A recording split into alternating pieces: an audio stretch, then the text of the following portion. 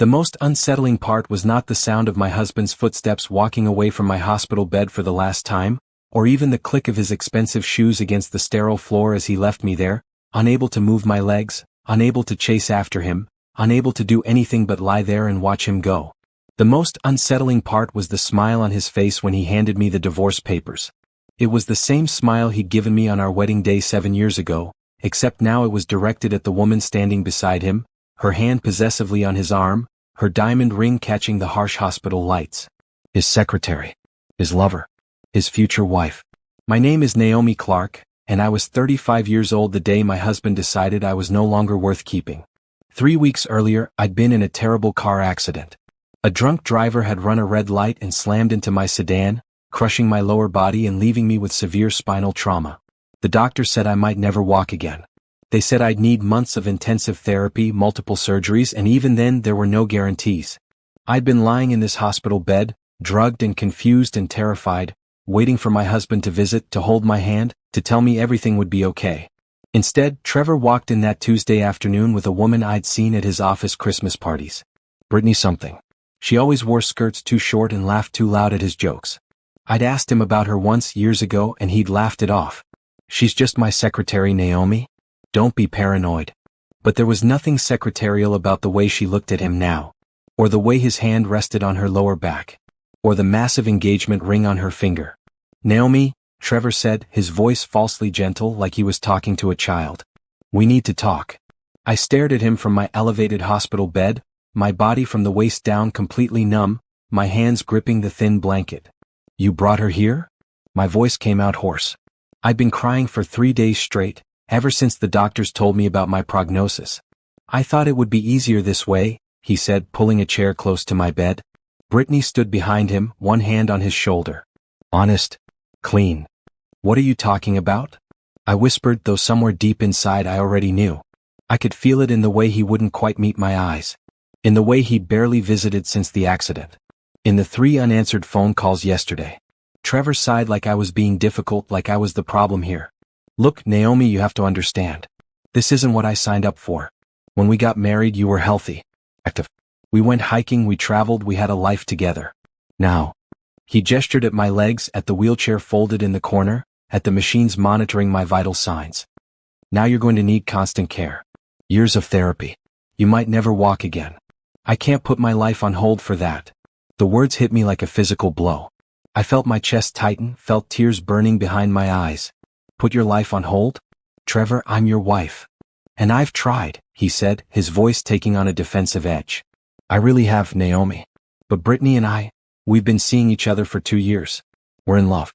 She's everything I need. She's whole. She's healthy. She can give me the life I deserve. 2 years. They'd been together for 2 years. While I was cooking his dinners and doing his laundry and supporting his career. While I was being the perfect wife to a man who was sleeping with his secretary behind my back. You're leaving me, I said flatly. Not a question. A statement of fact. I'm setting us both free, Trevor corrected, as if there was some noble spin to put on this. He pulled out a manila envelope from his briefcase. I've had my lawyer draw up divorce papers. I'm willing to be fair about this, Naomi. I'll let you keep the car once you're able to drive again. If you're ever able to drive again. Brittany giggled. Actually giggled. Trevor, honey, she doesn't even have a car anymore. It was totaled, remember? Right? Trevor said, not even having the decency to look embarrassed.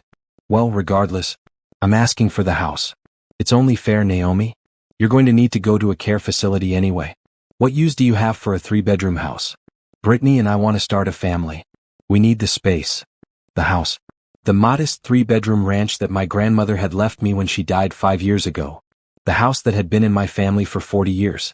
The house I'd put in both our names because Trevor had convinced me that married couples shared everything.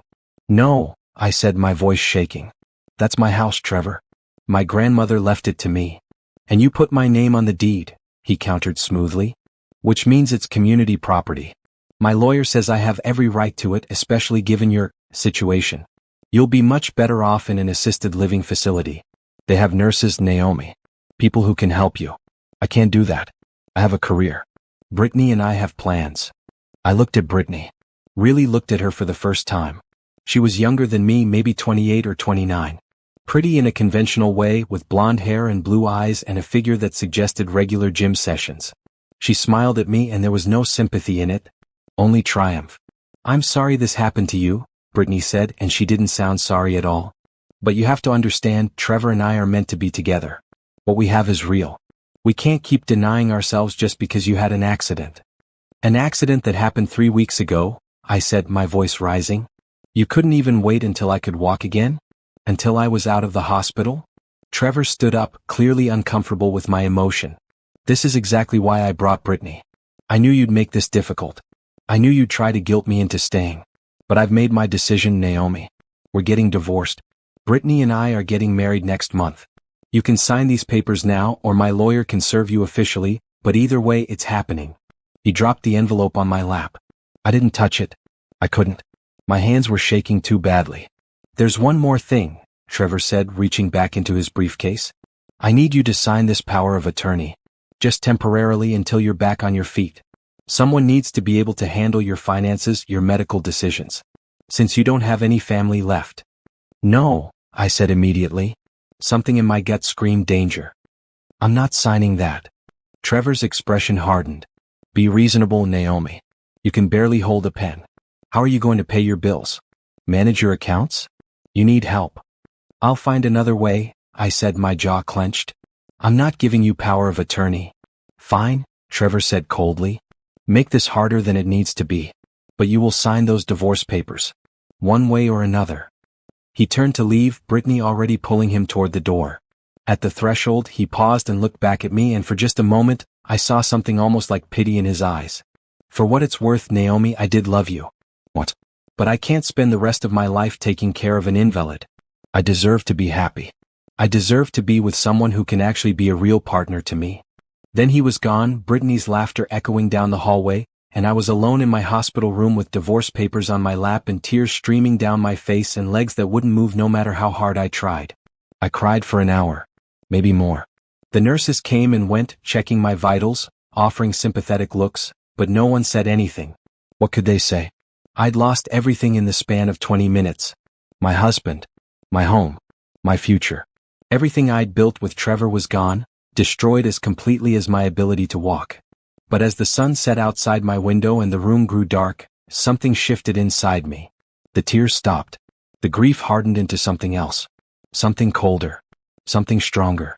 Because Trevor didn't know everything about me. He didn't know about the phone call I'd received the day before the accident from my grandmother's estate lawyer. He didn't know about the trust fund that had finally matured on my 35th birthday. He didn't know that the modest, frugal wife he was abandoning in a hospital bed was worth $45 million. I'd been planning to tell him. To surprise him with the news, to finally stop working our exhausting jobs and actually enjoy our lives together. But then the accident happened, and I'd been too overwhelmed with pain and fear to think about anything else. Now, lying in that hospital bed with divorce papers on my lap, I was grateful I'd kept my mouth shut. Trevor wanted to abandon me? Fine. Brittany wanted to play house in my grandmother's home? Fine. They wanted to move on with their lives while I rotted in some care facility? They had no idea who they were messing with. No idea what I was capable of. No idea that the broken, helpless woman they just discarded was about to become their worst nightmare. I reached for my phone with shaking hands and pulled up a contact I'd saved 3 weeks ago. Harrison Webb, my grandmother's estate attorney. It was late after business hours, but his email was there. I started typing. "Mr. Webb," I wrote, "this is Naomi Clark. We spoke about my grandmother's estate the day before my accident. I'm ready to discuss my inheritance. I need you to visit me at Mercy General Hospital as soon as possible. It's urgent. And please, complete discretion. My husband cannot know about this." I hit send before I could second-guess myself. Then I picked up the divorce papers Trevor had left. I didn't sign them. Not yet. Instead, I read through them carefully, noting every unfair term, every attempt to take what was rightfully mine, every assumption that I was too weak and broken to fight back. Let them think I was helpless. Let them think they'd won. Let them plan their perfect little life together in my grandmother's house. Because soon, very soon, Trevor and Brittany were going to learn an important lesson. The woman they'd abandoned in that hospital bed wasn't gone. She was just getting started. And she had 45 million reasons to make them regret everything. Harrison Webb arrived at my hospital room at 8 o'clock the next morning, carrying a leather briefcase and wearing a suit that probably cost more than Trevor made in a month. He was in his 60s, with silver hair and sharp eyes that missed nothing. My grandmother had trusted him for 30 years, and now I understood why. The man radiated competence. "Miss Clark," he said, shaking my hand firmly despite my position in the bed. "I came as soon as I received your email. I'm terribly sorry about your accident." "Thank you for coming," I said, glancing at the door. Trevor hadn't been back since yesterday, but I wasn't taking any chances. "Mr. Webb, I need to ask you something important. Can my husband find out about my grandmother's trust?" Harrison's eyebrows rose slightly. "Not unless you tell him. Your grandmother was very specific about the privacy requirements. The trust has been managed by my firm under your maiden name, Clark. Even the IRS filings are separate from your joint tax returns with your husband. Unless you've discussed it with him?" "I never told him," I said, relief flooding through me. "He has no idea." "Then he has no way to access the information," Harrison said, setting his briefcase on the rolling table beside my bed. "Now, shall we discuss the details of your inheritance?" He pulled out a thick folder and opened it, revealing page after page of financial documents. "Your grandmother, Helen Clark, passed away 5 years ago, as you know. Her will stipulated that you would inherit the full value of her estate upon reaching age 35, or in case of emergency circumstances. Given your current medical situation, I took the liberty of consulting with the trust board. They've agreed that this qualifies as an emergency, and we can release your inheritance immediately." "How much are we talking about?" I asked, though I already had a rough idea. $45,200,000, Harrison said calmly, as if he was discussing the weather. "The majority is held in stocks, bonds, and real estate holdings. However, there's a particularly significant asset you need to be aware of." He pulled out another document. "Your grandmother was the founder and sole owner of Webb Pharmaceuticals. She never told you because she wanted you to make your own way in life without the pressure of knowing you came from money. But now that inheritance is in play, you need to know the truth. You own 70% of Webb Pharmaceuticals. The remaining 30% is divided among the board of directors, but you have controlling interest." I stared at him. "Webb Pharmaceuticals?" "The company that makes pain medication and rehabilitation equipment." "Among other things, yes," Harrison said. "It's a mid-sized company, annual revenue of about $80 million. Your grandmother built it from nothing after your grandfather died. She was a brilliant businesswoman, Miss Clark. And she believed you inherited those same talents." My mind was spinning. I'd known my grandmother was comfortable, but I'd never imagined this. "Why Webb? That's your name." "She used my name to keep it separate from the family," Harrison explained. "She didn't want your mother to know about the business. They had a complicated relationship, as I understand it." That was putting it mildly. My mother had been a drug addict who'd abandoned me when I was 8. My grandmother had raised me, but she'd done it modestly, in that simple 3-bedroom house, never hinting at the empire she'd built. She died of a heart attack when I was 30, quick and unexpected, and I'd mourned her terribly. Now I was learning she'd left me a fortune. And more importantly, she'd left me the tools to fight back. "I want access to everything," I said, my voice stronger than it had been in weeks. "The money, the company, all of it. And Mr. Webb, I need you to do something else for me. I need you to hire a private investigator. The best one you can find." Harrison nodded slowly. "May I ask what you need investigated?" "My husband," I said, and I told him everything. About Trevor bringing Brittany to the hospital. About the divorce papers and the demand for my house. About the power of attorney he tried to force on me. About 2 years of lies and betrayal. By the time I finished, Harrison's expression had gone from professional neutrality to quiet fury. "Miss Clark, let me be very clear about something. That house you mentioned, the one your grandmother left you? It's worth far more than you know. The property is sitting on land that's about to be rezoned for commercial development. In 5 years, it'll be worth close to $2 million. If your husband is demanding it in the divorce, he either knows about the rezoning or he's about to get very lucky. Either way, you cannot let him have that property." "I won't," I said firmly. "But I need evidence. I need to know everything about Trevor and Brittany. Where they go. What they do. What they're planning. Can your investigator do that?" "I know exactly the right person," Harrison said. "Her name is Detective Janet Monroe. She retired from the police force last year and now does private investigation work. She's thorough, discreet, and extremely good at finding things people want to keep hidden. Hire her," I said. "Today. Whatever the cost." "Consider it done," Harrison said, making a note on his phone. Now let's discuss your immediate needs. You're going to need better medical care than this hospital can provide. I'd like to move you to a private rehabilitation facility where you can work with the top physical therapists in the state. Webb Pharmaceuticals actually has a partnership with several facilities. I can have you transferred by the end of the week. Will Trevor be able to find me? I asked, worried. Not if you don't want him to, Harrison assured me. We'll register you under your maiden name. All bills will be paid through the trust. Your husband won't have any idea where you've gone. Relief washed over me. Do it. There's one more thing, Harrison said gently. Those divorce papers your husband gave you. Don't sign them. Not yet. If he's trying to take your house through the divorce, we need to make sure you're protected. I'm going to put you in touch with the best family law attorney in the state. Her name is Patricia Cole and she doesn't lose cases. She'll make sure your husband doesn't get a single thing that belongs to you. I nodded, feeling stronger than I had since the accident.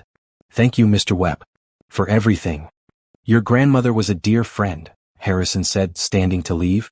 She made me promise to look after you if anything happened to her. I take that promise very seriously, Ms. Clark. You're not alone in this. Not anymore. After he left, I lay in my hospital bed and stared at the ceiling, my mind racing with possibilities. $45 million. Controlling interest in a pharmaceutical company. Access to the best lawyers, investigators, and medical care money could buy. Trevor thought he was leaving behind a helpless invalid. Instead, he just made an enemy of one of the richest women in the state. And he had no idea what was coming. My phone buzzed. A text from an unknown number. Miss Clark, this is Janet Monroe. Harrison Webb hired me to investigate your husband. I've already started preliminary surveillance. We'll send first report in 48 hours. One question. Do you want me to investigate the woman too? Brittany Sanders? I smiled as I typed back. Yes. I want to know everything about both of them. Every secret. Every lie. Everything they don't want anyone to know. Her response came immediately. Understood. One more thing. I pulled some basic background on Trevor Clark. He works as an accountant at Preston & Associates. Did you know the company is currently under investigation by the IRS for financial irregularities? My heart skipped a beat. No. I didn't know that. Interesting. I'll dig deeper. Talk soon. I set my phone down, my pulse racing. Trevor was hiding something. Something beyond just the affair with Brittany. And I was going to find out exactly what it was. The next 3 days passed in a blur of activity. Patricia Cole, the lawyer Harrison recommended, visited me and went through the divorce papers line by line. Her verdict was brutal. Your husband is trying to rob you blind, she said flatly. He wants the house, half your retirement account, and he's claiming you owe him spousal support because he'll be taking care of you. It's absurd and offensive and no judge in the world would grant this. But we can do better than just defending. We can go on the offensive. What do you mean? I asked. I mean we can file for divorce first on grounds of adultery and abandonment, Patricia said. We document everything. The affair.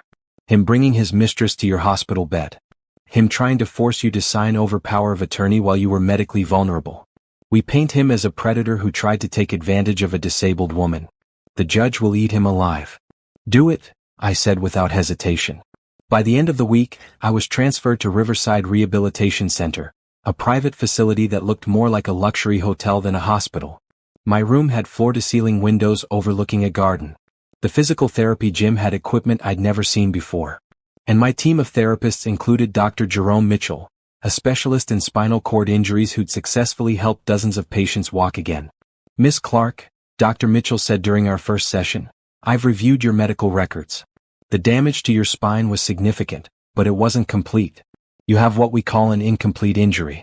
With intensive therapy and the right treatment protocols, there's an excellent chance you'll walk again. It won't be easy. It won't be fast. But it's possible. Tears sprang to my eyes. Thank you, I whispered. Thank you for giving me hope. He smiled, his brown eyes kind. That's what I'm here for. Now let's get to work. On my 5th day at Riverside, Janet Monroe sent her first detailed report. I read it in my room after physical therapy, my hands shaking. Trevor wasn't just having an affair with Brittany. He was embezzling money from his company. Small amounts at first, 500 here, 1,000 there. But over the past year the amounts had grown. Janet estimated he'd stolen close to $300,000. And Brittany wasn't just his secretary. She was helping him cover it up, manipulating records and creating false invoices. They'd been siphoning money into a joint account, planning for their future together while Trevor was still married to me. There was more. Much more. Janet had discovered that Trevor had massive gambling debts. He owed over $100,000 to various casinos and sports betting sites. That's where the embezzled money was going. Not into savings. Not into investments. Into desperate attempts to win back what he'd lost. And the most damning detail of all, Trevor and Brittany had been discussing having me declared mentally incompetent. There were text messages between them talking about how they could convince a judge that my accident had left me unable to make decisions. How they could get guardianship over me and control my assets, including my house, including whatever money they thought I had. They'd been planning to rob me of everything. I finished reading the report and immediately called Harrison. I need you to secure everything, I said.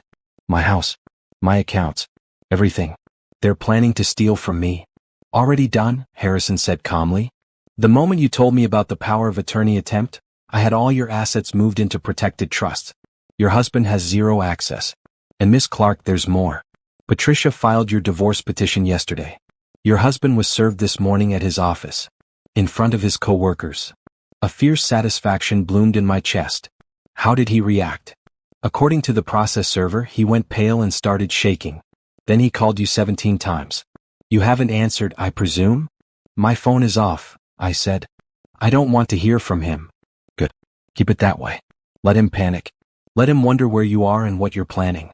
The more off balance he is, the better our position. That night, lying in my comfortable bed at Riverside, I thought about Trevor.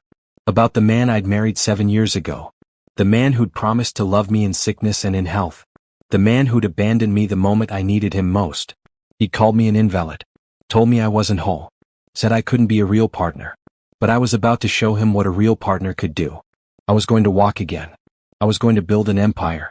And I was going to make sure Trevor and Brittany paid for every single lie, every betrayal, every moment they'd made me feel worthless. This was war. And I had just loaded my weapons. 3 weeks into my stay at Riverside, I could wiggle my toes. It doesn't sound like much, but Dr. Mitchell nearly shouted with excitement when I showed him. That's neurological recovery, he said, his face lit up with genuine joy. Naomi, your body is healing. We're going to push harder now. He wasn't kidding. The therapy sessions intensified. 2 hours in the morning, 2 more in the afternoon. Stretches that made me cry. Exercises that left me exhausted. Electrical stimulation. Hydrotherapy. Every cutting-edge treatment that Webb Pharmaceuticals' medical connections could provide. My body screamed in protest, but I refused to quit. Because every day I grew stronger was another day closer to revenge. Janet's reports kept coming, each one more damning than the last. She'd been tailing Trevor and Brittany for 3 weeks now, and the picture she was painting made my blood boil. They'd moved into my grandmother's house 2 days after I was transferred to Riverside. Janet sent photos of them carrying boxes through the front door, laughing and kissing like newlyweds. Brittany had redecorated my bedroom. Trevor had turned my grandmother's sewing room into a home office.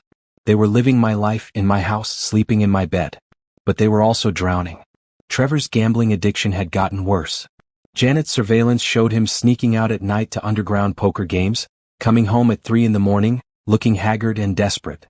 He'd lost another $50,000 in just 3 weeks. The embezzlement from his company had accelerated. He was taking bigger risks, creating more fraudulent invoices, stealing from client accounts. He's going to get caught, Janet told me during one of her visits to Riverside. She was a sharp woman in her 50s, with steel gray hair and eyes that seemed to see through everything. Preston and Associates has already hired a forensic accountant to investigate the discrepancies. Trevor's leaving a trail a mile wide. He's sloppy and desperate. It's only a matter of time. How much time? I asked, practicing with my walker. I could stand now for a few minutes at a time, though my legs shook with the effort. A month? Maybe 2. The forensic accountant is thorough, but these things take time. Janet pulled out her tablet and showed me more photos. But there's something else you need to see. Something about Brittany. She swiped to a photo of a man in his late 30s, muscular and angry looking. This is Connor Sanders. He's Brittany's husband. I nearly dropped my walker. Her what? Her husband, Janet repeated. They got married 4 years ago in Nevada. Never divorced. Brittany's been living a double life. She has an apartment across town that Connor thinks is their home. She tells him she's a night nurse working long shifts. Meanwhile, she's playing house with Trevor. My mind reeled. Trevor married her. He said they got married last month. Janet shook her head. They had a ceremony, but it's not legal. Brittany is already married. Which means Trevor's marriage is invalid. And if Brittany signed any documents as Trevor's wife, those documents are fraudulent. The house, I said suddenly. Trevor was trying to get me to sign over the house. If he had Brittany sign something as his wife, then it's forgery, Janet finished. And that's a felony. I sat down heavily in my wheelchair, my legs giving out. But it wasn't from weakness. It was from the sheer enormity of what Trevor and Brittany had done. The layers of lies. The depth of their fraud. There's more, Janet said quietly. Connor Sanders is a bounty hunter. He's got a violent temper and a record for assault. If he finds out what Brittany's been doing, there's no telling how he'll react. But here's the thing, Naomi. I don't think you should tell him. Not yet. Why not? Because we need to document everything first, Janet explained. We need proof of the embezzlement. Proof of the bigamy. Proof of every crime they've committed. Once we have all that, then we go to the police. Then we let Connor Sanders find out what his wife has been up to. But if we move too soon, they might run. Or worse, they might destroy evidence. She was right. I knew she was right. But it was hard to wait. Hard to know what they were doing in my house, with my life, while I was stuck in this facility learning to walk again. How long? I asked. How long do we wait? Another month, Janet said. By then, the forensic accountant will have completed their report on Trevor. We'll have documented at least 6 months of embezzlement. That's enough for federal charges. And I'll have enough proof of the bigamy and fraud to guarantee criminal charges against both of them. I nodded slowly. Okay, 1 more month. But Janet, I need you to do something else for me. Name it. I want to buy Trevor's company. Janet's eyebrows shot up. Preston and Associates? Yes. Harrison told me I have controlling interest in Webb Pharmaceuticals. I want to use that to acquire Preston and Associates. Quietly. Through shell companies or whatever it takes. I want to own the company before Trevor finds out. I want to be his boss. A slow smile spread across Janet's face. That's brilliant. Absolutely brilliant. You'll have access to all their financial records. You can document the embezzlement yourself. And when everything comes out, you'll be able to fire him personally. Exactly, I said, gripping the arms of my wheelchair. Trevor thought he was leaving behind a helpless victim. I'm going to show him he left behind the woman who's going to destroy everything he's built.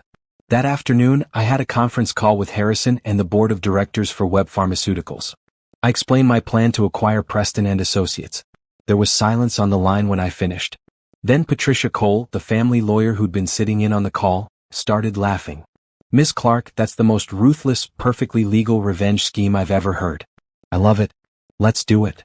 The board agreed. Webb Pharmaceuticals had the capital to acquire a mid-sized accounting firm. Preston and Associates was profitable and well-regarded, so it wasn't even a bad investment. Harrison would handle the negotiations personally, using a shell corporation to mask Webb's involvement. The deal would take 4 to 6 weeks to finalize, which gave Janet time to complete her investigation. Everything was falling into place. By the end of my 4th week at Riverside, I could walk 10 steps without my walker. It hurt. My legs felt weak and shaky. But I could do it. Dr. Mitchell was ecstatic. You're recovering faster than any patient I've ever worked with, he told me, his smile wide and genuine. At this rate, you'll be walking normally within 3 months. I need to be walking in 2 months, I said firmly. Can we push harder? He studied me carefully. May I ask why the timeline is so important? I met his eyes. This man had been nothing but kind to me. He'd pushed me through pain, celebrated every tiny victory, and never once made me feel broken or less than whole. I trusted him. I need to walk into my husband's office and fire him, I said. And I need to do it soon. Dr. Mitchell didn't ask for details. He simply nodded. Then let's make it happen. The therapy intensified even more. I worked until I couldn't stand. Then I worked some more. I did my exercises in my room at night. I pushed through the pain and the exhaustion because I had a goal. A purpose. A deadline. Meanwhile, Janet kept gathering evidence. She planted cameras outside my grandmother's house, documenting Trevor and Brittany coming and going. She'd hacked into Trevor's email account, illegal, but I'd destroy that evidence before trial, and found messages to loan sharks, threatening emails from casinos, desperate pleas to gambling forums for surefire betting strategies. The man was unraveling. And Brittany was right there with him, sending her own emails to real estate agents about selling my house, making plans to flee to Mexico if things got too hot, discussing how they could drain whatever assets they thought I had before disappearing. They were planning to rob me and run. And they thought I'd never know. 6 weeks into my stay at Riverside, Harrison called with news. We've acquired Preston and Associates. The deal closed this morning. You now own your husband's company. He has no idea yet. The announcement won't be made until next Monday. My hands trembled as I absorbed this. What about the forensic investigation? The accountant, Lawrence Reed, is scheduled to present his findings to the new ownership next Wednesday. That's you, Naomi. He's going to present evidence of massive embezzlement directly to you. And because we now own the company, we're legally obligated to report any crimes we discover to the authorities. Perfect, I whispered. That's perfect. The next week, I practiced walking without my walker. My legs were stronger now, though I still tired easily. Dr. Mitchell warned me not to push too hard, but I couldn't stop. Every step I took was another step closer to the moment when Trevor would see me walk into his office and realize everything he'd lost. On Sunday night, Janet called. Naomi, something's happened. Trevor tried to access your bank accounts. He's getting desperate. He actually went to your bank and tried to claim he was your power of attorney. The bank turned him away, but they flagged his attempt. This is proof of attempted fraud. I've documented it all. How much longer? I asked, pacing my room on shaky legs. How much longer do we wait? 3 more days, Janet said. On Wednesday, the forensic accountant presents his findings. On Thursday, we go to the police with everything. We do this right, Naomi. We make sure they can't wiggle out of a single charge. 3 more days, I repeated. I can wait 3 more days. But it was the longest 3 days of my life. I couldn't sleep. I couldn't eat. I just walked laps around my room, building strength, building confidence, building rage. On Tuesday, I had my final therapy session with Dr. Mitchell before the big day. I walked the entire length of the therapy gym without assistance. No walker. No cane. Just me on my own 2 legs. Dr. Mitchell stood at the end of the gym, his eyes shining with pride. You did it, Naomi. You're walking. You're healed. I reached him and shook his hand firmly. Thank you, I said. For everything. You gave me back my life. You did that yourself, he said. I just provided the tools. You provided the determination. I've never seen anyone fight as hard as you have. I had good motivation, I said darkly. That night, I laid out my clothes for Wednesday. A navy blue suit that I'd had Harrison buy for me. Professional. Powerful. The kind of outfit that commanded respect. I practiced my speech in the mirror, the words I was going to say to Trevor when he realized who owned his company now. I barely slept. But when dawn came, I was ready. The car Harrison sent picked me up at 8 o'clock. Janet met me in the parking lot of Preston and Associates, her eyes scanning the building like she was casing it for weaknesses. You ready for this? She asked. I took a deep breath, stepped out of the car, and stood on my own 2 legs. I've been ready for 2 months. Together, we walked into the building where my husband worked. Where he'd stolen money and betrayed his clients and planned to rob me blind. I walked past the receptionist, who looked at me confused, clearly wondering who I was. I walked past Trevor's secretary, a nervous young woman who tried to stop me. I walked straight to the conference room where Harrison had told me Trevor and the other accountants would be gathered for the announcement of new ownership. And I walked through that door without knocking, standing tall and strong, and watched every face in the room turn toward me in shock. Especially Trevor's. His mouth fell open. His face went white. And I smiled. Hello, Trevor, I said. We need to talk. The conference room fell silent. 12 people sat around the long mahogany table, including Trevor, who looked like he'd seen a ghost. To his right was Brittany, wearing a tight red dress wholly inappropriate for a workplace, her mouth hanging open in shock. Everyone else just looked confused. Naomi? Trevor finally managed, his voice strangled. What are you doing here? How are you? You're walking. Surprised? I asked, moving further into the room. My legs were steady under me. Dr. Mitchell had done his job well. Did you think I'd be stuck in a wheelchair forever? Is that what you were counting on? Harrison Webb entered behind me, carrying his briefcase, with Janet Monroe following. Trevor's eyes darted between us, his face cycling through shock, confusion, and finally fear. Trevor, Harrison said pleasantly, taking a seat at the head of the table like he owned the place. Which technically I did. Miss Clark and I are here for the ownership announcement.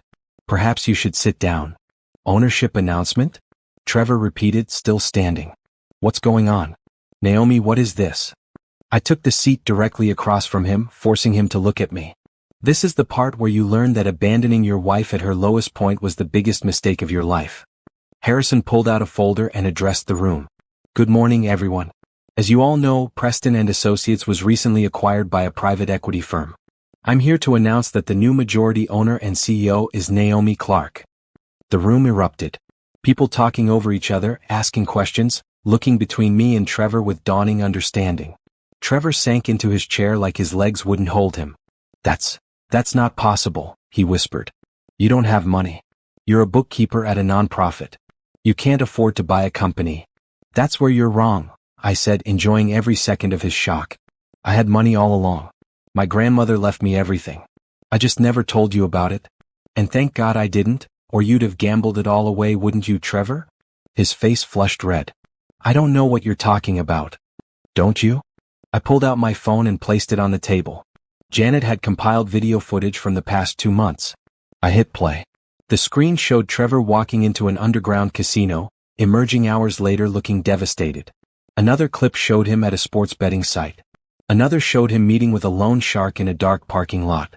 $200,000 in gambling debts, I said conversationally, as the room watched in stunned silence. That's what you owe, isn't it, Trevor? And that doesn't count what you've stolen from this company to try to pay it back.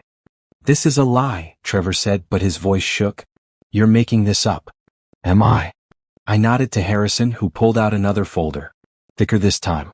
Mr. Clark, Harrison said, his voice cold and professional.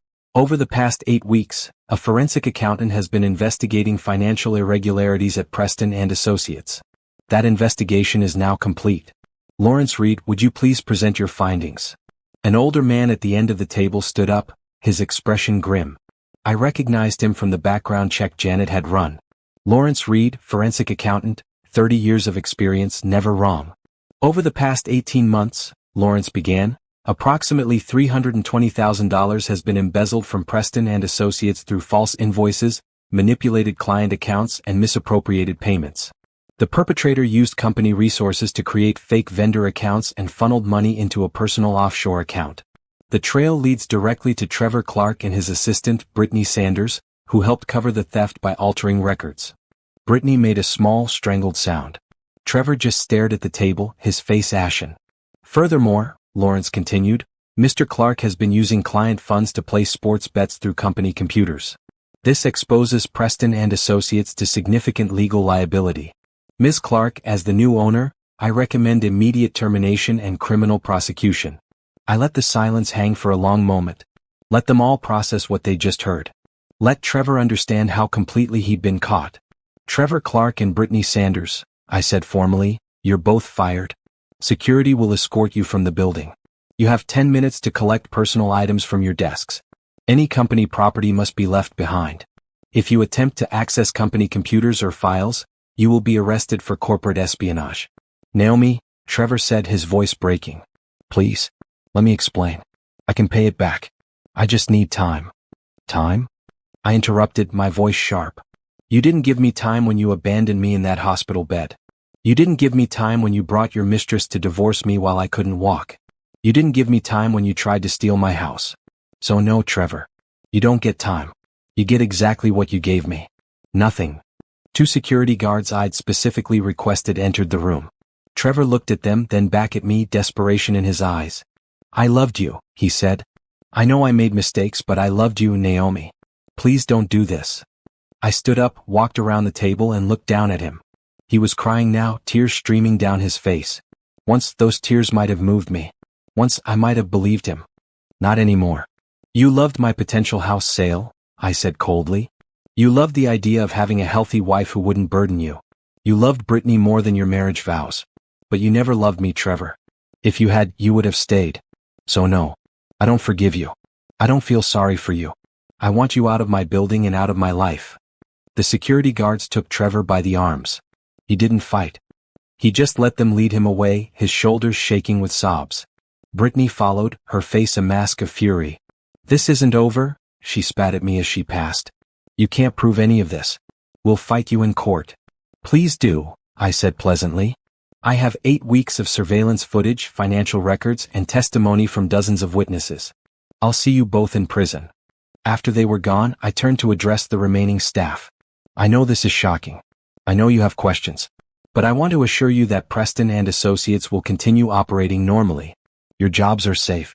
Your benefits are intact. In fact, I'm increasing salaries across the board by 10%, effective immediately. This company has been mismanaged and exposed to legal risk by Trevor Clark's actions. Under my leadership, that changes. We're going to rebuild this firm's reputation and become the most trusted accounting company in the state. The room was quiet for a moment. Then someone started clapping. Others joined in. Not everyone was happy. I could see the skepticism on some faces, but most seemed relieved. They'd been working under Trevor's shadow of crime without knowing it. Now they had a chance at legitimacy again. After the meeting, Harrison, Janet, and I reconvened in my new private office. Trevor's old office, actually. I was having maintenance remove all his furniture later today, but for now, I sat in his chair and looked at the view he'd enjoyed every day. That went well, Janet said, smiling. Did you see his face? I thought he was going to pass out. We're not done, I reminded her. This was just the first step. About that, Harrison said, pulling out more documents. Patricia is filing criminal complaints this afternoon. The evidence you've gathered is more than sufficient for embezzlement charges, fraud, and forgery. The district attorney's office has already agreed to prosecute. Trevor will be arrested within 48 hours. And Brittany? I asked. Janet's smile turned sharp. I have something special planned for Brittany. I contacted her husband, Connor. Told him I had information about his wife's whereabouts and activities. He's meeting me tomorrow. Once he sees the evidence of her bigamy and fraud, along with photos of her playing house with Trevor, he'll either go to the police himself or confront her directly. Either way, her life as she knows it is over. Good, I said, feeling no sympathy. Brittany had mocked me in that hospital bed. She'd laughed about taking my house, my husband, my life. She deserved whatever was coming. There's one more piece of business, Harrison said carefully. Your house. Trevor and Brittany have been living there illegally. You have every right to reclaim it. I've already filed the paperwork to have them evicted. The sheriff will serve notice today. I nodded slowly. I want to be there when they're removed. I want to see their faces when they realize they're losing everything. Are you sure? Harrison asked. It might be unpleasant. I'm positive, I said firmly. They took everything from me. Now I take it back. That evening, I drove to my grandmother's house for the first time in 3 months. Janet came with me, along with a sheriff's deputy, to serve the eviction notice. The sun was setting, casting long shadows across the familiar yard. My heart clenched seeing the place again. My grandmother had planted those rose bushes. I'd learned to ride a bike on that driveway. This house held every memory of my childhood, every moment with the woman who'd raised me. And Trevor and Brittany had been living here like they owned it. I didn't knock. I used my key, the one I'd kept on my keychain for years. The door swung open and I walked inside. Everything was wrong. My grandmother's furniture was gone. The walls were painted different colors. There were photos of Trevor and Brittany everywhere, smiling and happy, playing house in my home. The smell was wrong. The feel was wrong. Everything was wrong. Who the hell are you? Brittany's voice came from the kitchen. She walked out, holding a glass of wine, wearing yoga pants and a tank top. Her eyes widened when she saw me. Naomi? What are you doing here? This is my house, I said simply. You're trespassing. The hell it is, Brittany snapped. Trevor signed the deed over. This is our house now. Trevor forged those documents, I said. Using your signature, which is invalid because you're already married to Connor Sanders. Which makes every document you signed fraud. And since this house is solely in my name and always has been, you have no legal right to be here. The sheriff's deputy stepped forward. Ma'am, I have an eviction notice. You need to vacate this property immediately. No, Brittany said, backing up. No, you can't do this.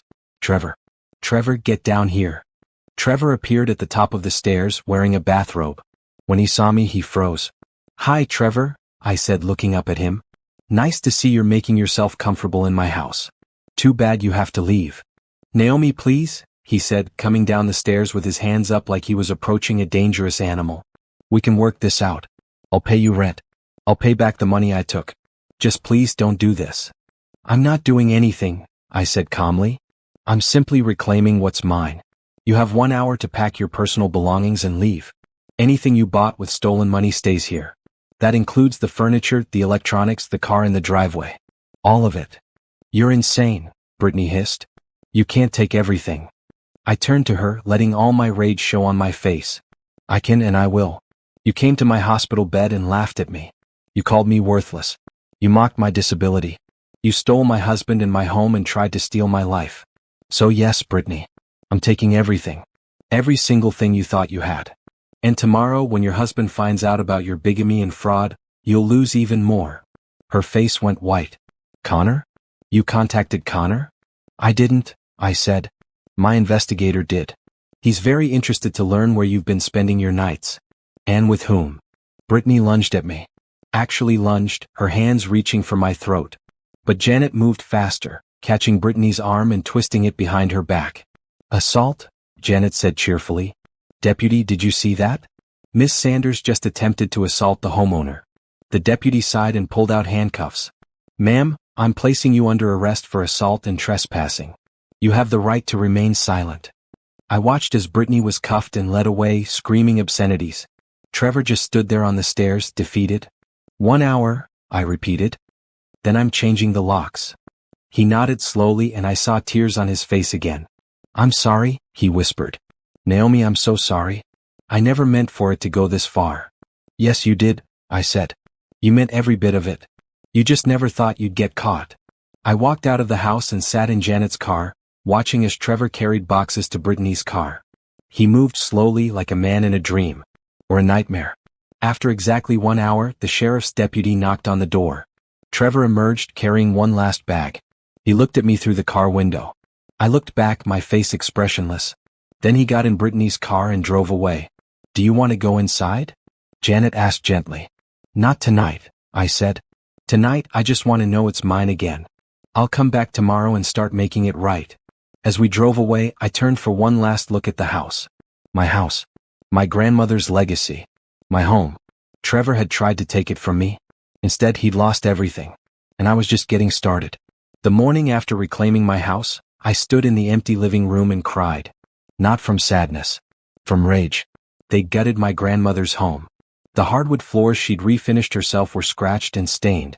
The walls she'd painted were covered in holes from where Trevor and Brittany had hung their photos. The kitchen cabinets, original from 1960, had been ripped out and replaced with cheap modern ones. Even the garden was destroyed, my grandmother's rose bushes torn up to make room for a tacky stone patio. They destroyed it, I whispered, touching the damaged walls. They destroyed everything. Harrison Webb stood beside me, his expression grim. We can fix it. It's just things, Naomi. Things can be replaced. But it wasn't just things. It was memories. It was my grandmother's presence. It was the last place I'd felt truly safe and loved before Trevor had ripped my life apart. I want it restored, I said, my jaw tight. Exactly as it was. I don't care what it costs. I want my grandmother's house back. Consider it done, Harrison said, making notes on his phone. I'll hire the best restoration contractors in the state. We'll use photos from when your grandmother was alive as reference. It'll take a few months, but we'll make it perfect. Thank you, I said, wiping my eyes. What's the news on Trevor and Brittany? Trevor was arrested last night at a motel on the highway, Harrison reported. He's being charged with embezzlement, fraud, and forgery. Bail was set at $500,000, which he obviously can't pay. He's being held at county jail awaiting trial. And Brittany? She's still in custody for assault on you. But that's the least of her problems. Her husband Connor filed for divorce this morning and pressed bigamy charges. The prosecutor is very interested in her case. Bigamy is a felony in this state. Combined with the fraud charges from her involvement in Trevor's embezzlement, she's looking at significant prison time. I nodded, feeling a fierce satisfaction. What about my divorce from Trevor? Patricia is handling it. Given Trevor's criminal charges and the evidence of adultery and abandonment, the judge is expediting the process. You should be legally divorced within 3 months. And Trevor won't get a penny. In fact, we're countersuing him for emotional distress and the damage to your house. Patricia thinks we can get at least $1 million in damages. Which he'll never be able to pay, I said. No, but we'll garnish any wages he makes for the rest of his life. Every job he gets, every dollar he earns, a portion comes to you. Forever. The thought was satisfying. Not because I needed the money, but because it meant Trevor would never escape what he'd done. Every paycheck would be a reminder of how thoroughly he'd destroyed his own life. Over the next week, I threw myself into rebuilding everything Trevor and Brittany had destroyed. Harrison hired contractors to restore the house. I hired a forensic accountant to audit Preston and Associates and make sure Trevor hadn't left any hidden time bombs. I worked with Janet to compile evidence for the upcoming criminal trials. And I continued my physical therapy with Dr. Mitchell, though now I didn't need it for mobility. I needed it to stay strong, stay focused, stay ready for whatever came next. Dr. Mitchell had been amazing throughout all of this. He never asked nosy questions. He never judged. He just supported me, offering encouragement when I was tired and push when I was flagging. We developed an easy friendship over the months. He was handsome in a quiet way with dark skin, warm brown eyes, and a gentle smile that made patients feel safe. He was maybe 40 years old, divorced, with a teenage daughter he adored. "How are you holding up?" he asked during one session watching me run on the treadmill. "I'm good," I said, and I meant it. "Better than I've been in years, actually." "Your husband's arrest was in the news," he said carefully. "I saw the stories. If you need to talk." "I don't," I said firmly. "Trevor made his choices. Now he gets to live with them." Dr. Mitchell nodded. "Fair enough. But Naomi, don't let revenge consume you. I've seen it happen to patients before. They get so focused on making someone pay that they forget to actually heal." I slowed the treadmill, considering his words. What if revenge and healing are the same thing? What if making them pay is how I heal? "Is it though?" he asked gently. "Or is it just postponing the real work?" I didn't have an answer. So I just ran faster. 2 weeks after reclaiming my house, Janet called with news. Trevor's pleading guilty to all charges. His lawyer convinced him it was better than going to trial. The prosecutor is recommending 7 years in prison with possibility of parole after 4. 7 years? I repeated, doing the math. Trevor was 39. He'd be 46 when he got out. His accounting career would be over. His reputation destroyed. Everything he'd built, gone. "Brittany's trial is next month," Janet continued. "She's refusing to plead guilty. She actually thinks she can beat the bigamy charges. Her lawyer is arguing she didn't know the Nevada marriage was still legal." "That's ridiculous," I said. "She never divorced her first husband. How could she not know?" "Desperation," Janet said simply. "She's looking at 5 to 7 years if convicted. She's willing to try anything." "Let her try," I said coldly. "The truth will come out regardless." But Janet's next words made my blood run cold. "There's something else. Brittany's lawyer has subpoenaed you to testify at her trial. They're going to try to paint you as a vindictive ex-wife who's lying about the affair to get revenge." "What?" I nearly dropped my phone. "How can they do that? There's video evidence. Text messages. Witnesses. They're claiming you fabricated it all. That you hired Janet to create false evidence because you were angry about the divorce. It's a desperate strategy, but judges have to allow the defense to make their case. You'll have to testify, Naomi. And Brittany's lawyer is going to try to destroy you on the stand." I sat down heavily, my heart pounding. I'd been prepared for Trevor and Brittany to face consequences. I hadn't been prepared to have my own credibility attacked in open court. "When?" I asked. 4 weeks. Patricia will prep you. She's dealt with these tactics before. You'll be fine." But I didn't feel fine. I felt exposed. Vulnerable. Like the broken woman in the hospital bed again, being told I was worthless. That night I couldn't sleep. I paced my apartment at Riverside. I was still living there while the house was being restored, replaying the hospital scene over and over. Trevor's smile. Brittany's laughter. The feeling of being completely powerless while they took everything from me. At 2 in the morning I called Dr. Mitchell. I don't know why. Maybe because he'd said I could call anytime if I needed to talk. Maybe because he was the only person who'd seen me at my absolute lowest and never made me feel weak. "Naomi?" he answered, his voice concerned. "Are you okay?" "I have to testify at Brittany's trial," I said, my voice shaking. "And they're going to try to make me look like a liar. Like I made everything up. Like I'm the villain in this story." "That's what defense lawyers do," Dr. Mitchell said gently. "They create doubt. But Naomi, you have the truth on your side. You have evidence. You have witnesses. You're going to be fine." "What if I'm not?" I whispered. "What if I freeze up? What if I can't do this?" "Then you remember who you are," Dr. Mitchell said firmly. "You're the woman who learned to walk again out of sheer determination. You're the woman who exposed a criminal and reclaimed her life. You're the woman who built an empire while everyone thought you were broken. That woman doesn't freeze. She doesn't fail. She stands up and tells the truth, and no lawyer in the world can shake her."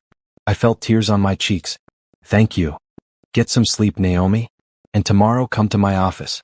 I want to work on some stress management techniques with you. If you're going to testify, you need to be centered and strong. Let me help you.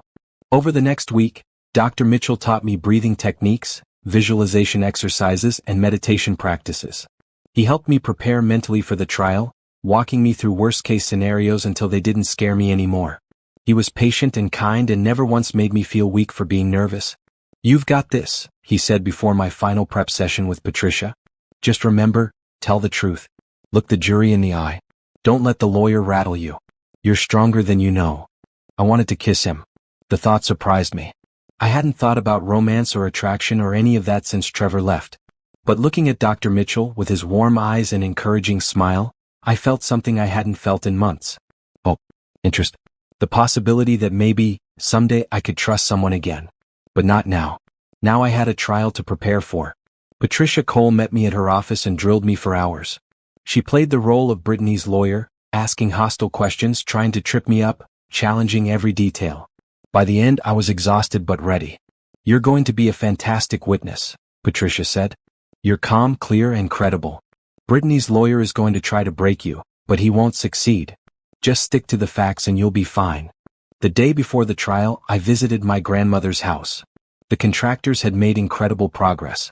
The hardwood floors were refinished. The walls were repaired and painted in the original colors from photos. My grandmother's furniture had been retrieved from storage and placed exactly where it used to be. The rose bushes were replanted. The kitchen cabinets were being restored. It was like stepping back in time. Like my grandmother might walk around the corner any second and ask if I wanted tea. It's beautiful, I told Harrison, who'd come to show me the progress. It's exactly right. 2 more weeks and it'll be finished, he said. Then you can move back home. Home. The word felt foreign. This house hadn't felt like home since Trevor left me in that hospital. But standing here now, surrounded by my grandmother's things and her memory, I could feel it again. The safety. The love. The sense of belonging. Trevor had tried to destroy this. But I'd saved it. I'd fought for it and won. Tomorrow I'd walk into that courtroom and do the same thing. I'd fight. I'd tell the truth. And I'd win. Because I wasn't the broken woman in the hospital bed anymore.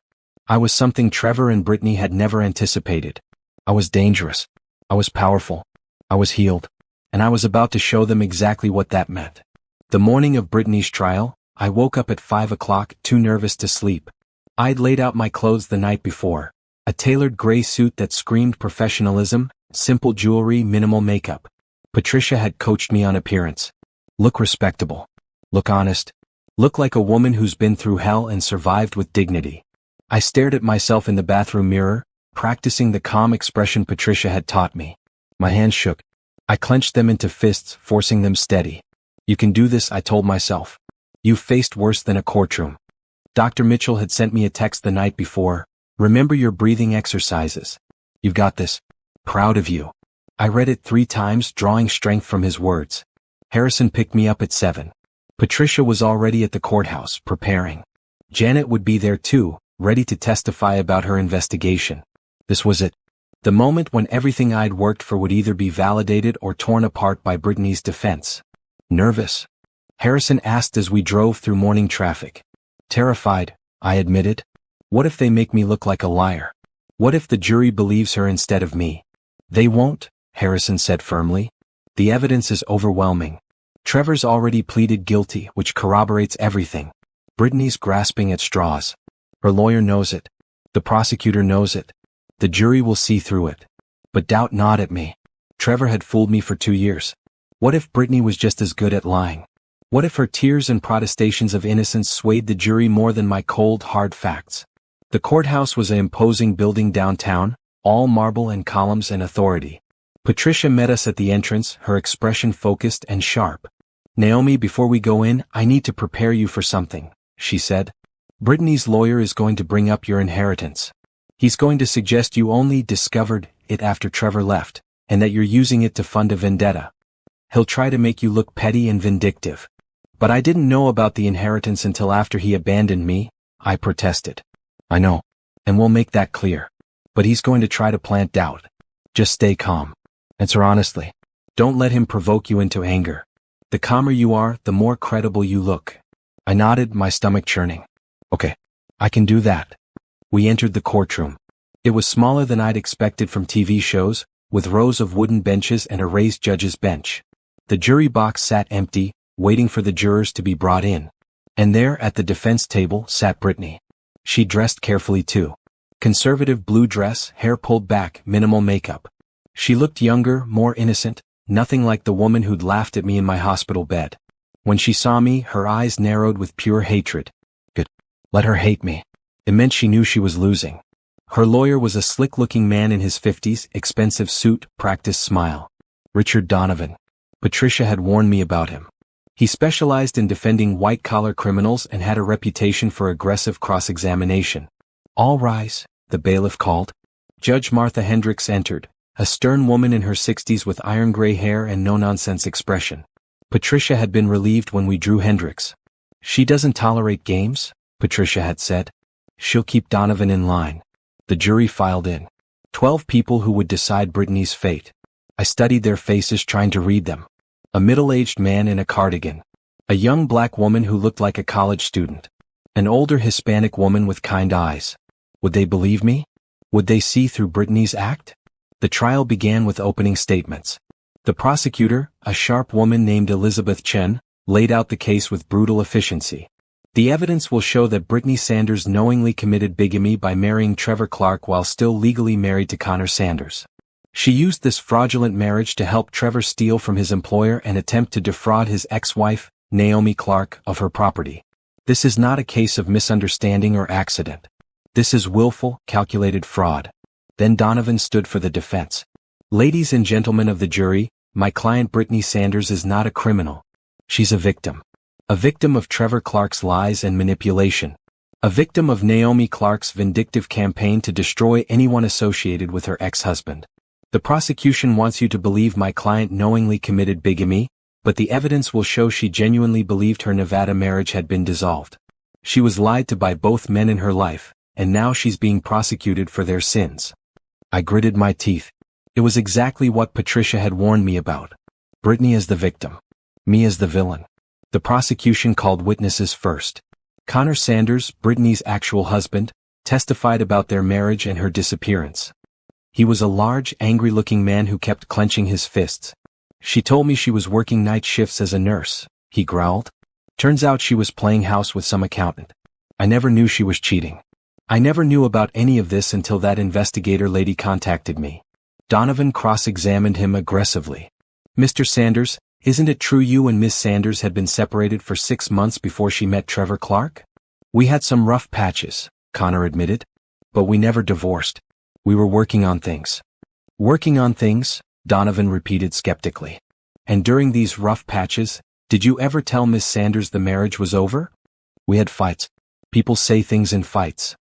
So you did tell her the marriage was over? Connor's jaw clenched. Maybe. I don't remember exactly. But I didn't mean it. Donovan pounced.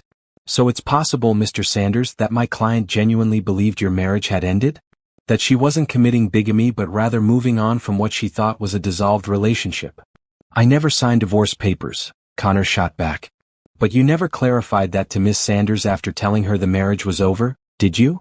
It went on like that, Donovan twisting everything, creating doubt. By the time Connor stepped down, I could see uncertainty on some jurors' faces. Next came Lawrence Reed, the forensic accountant.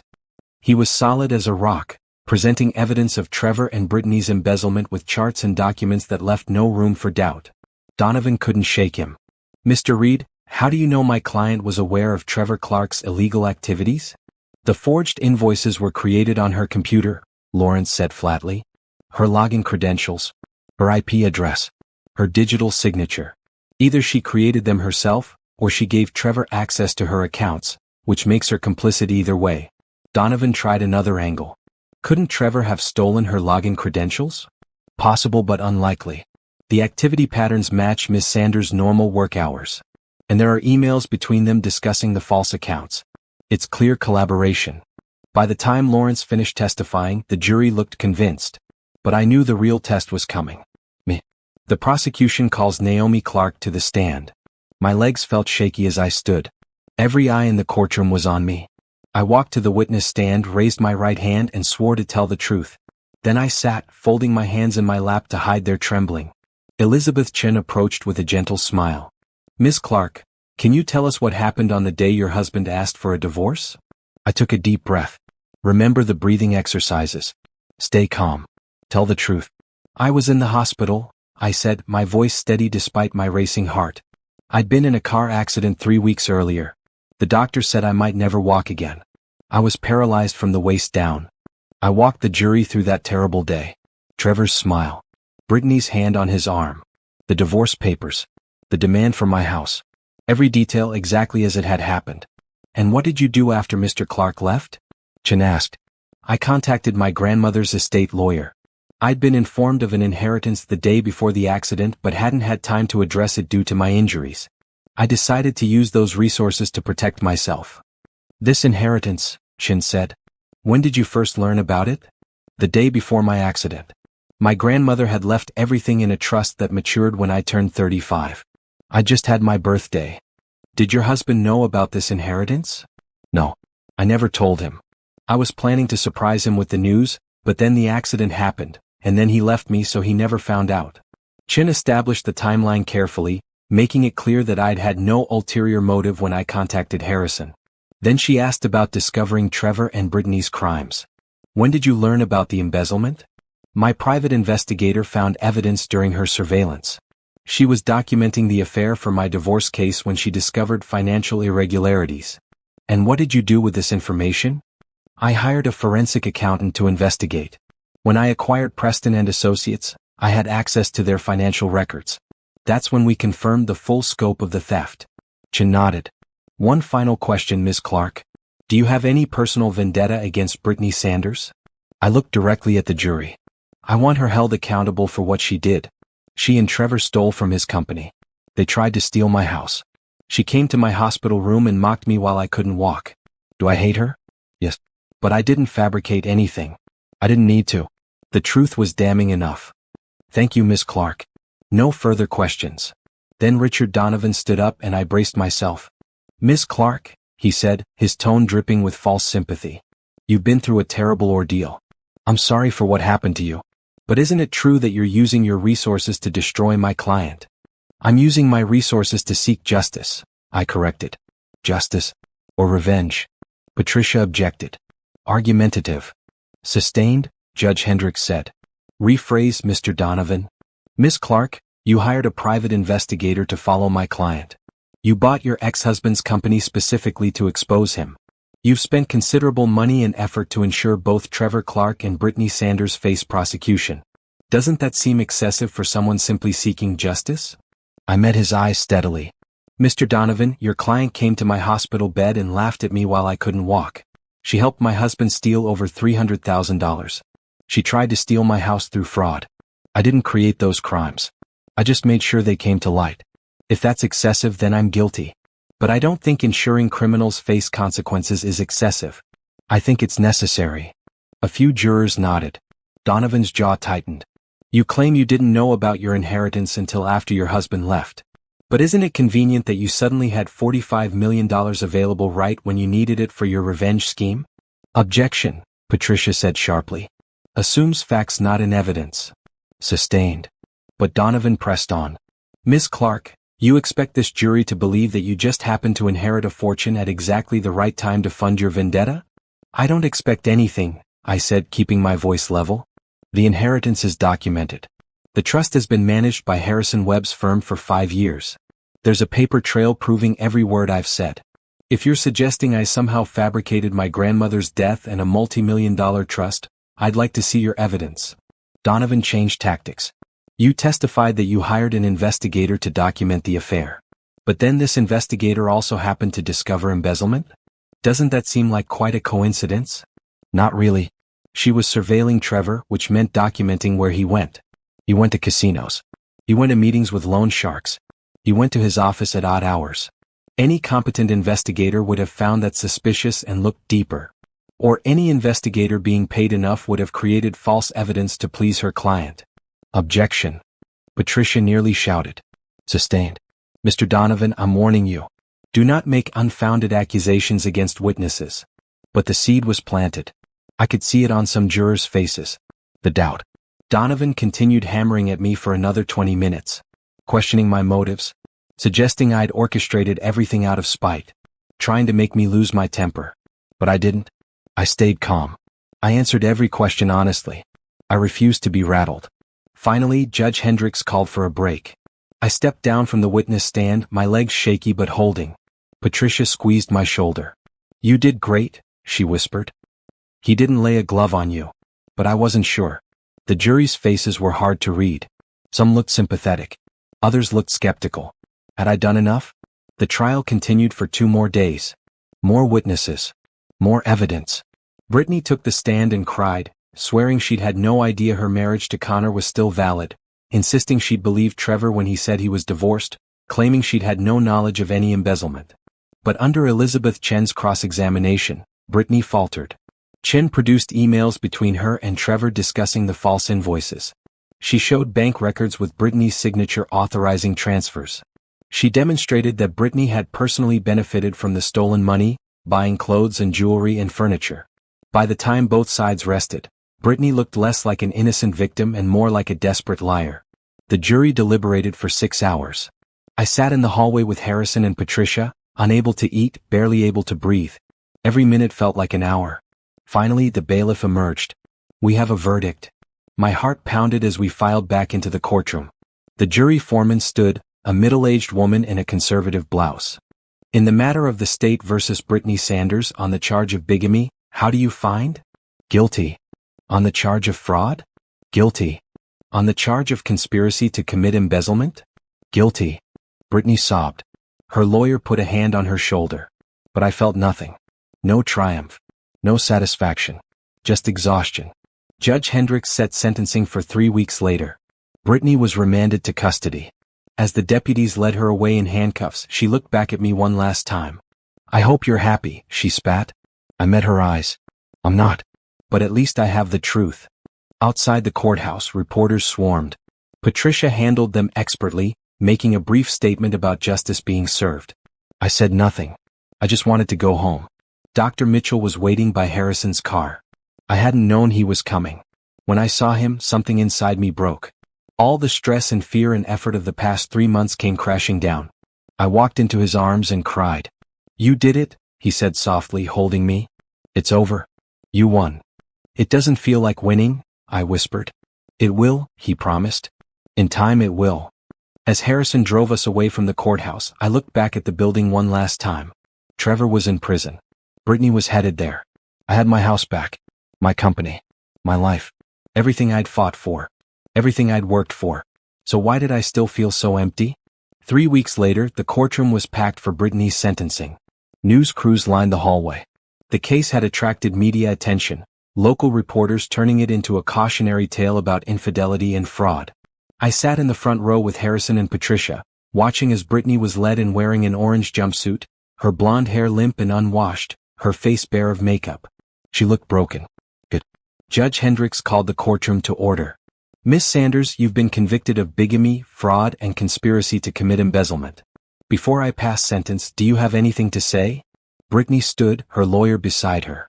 "Your Honor," she began, her voice trembling. "I made terrible mistakes. I was in love with Trevor and I let that blind me to what was right. I'm sorry for my actions.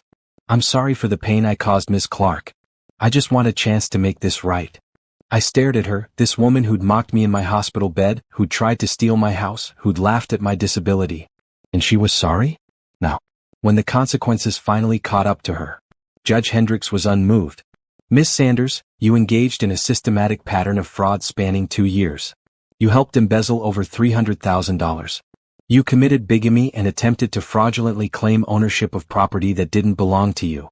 Your crimes were calculated and deliberate. I see no evidence of genuine remorse, only regret that you were caught."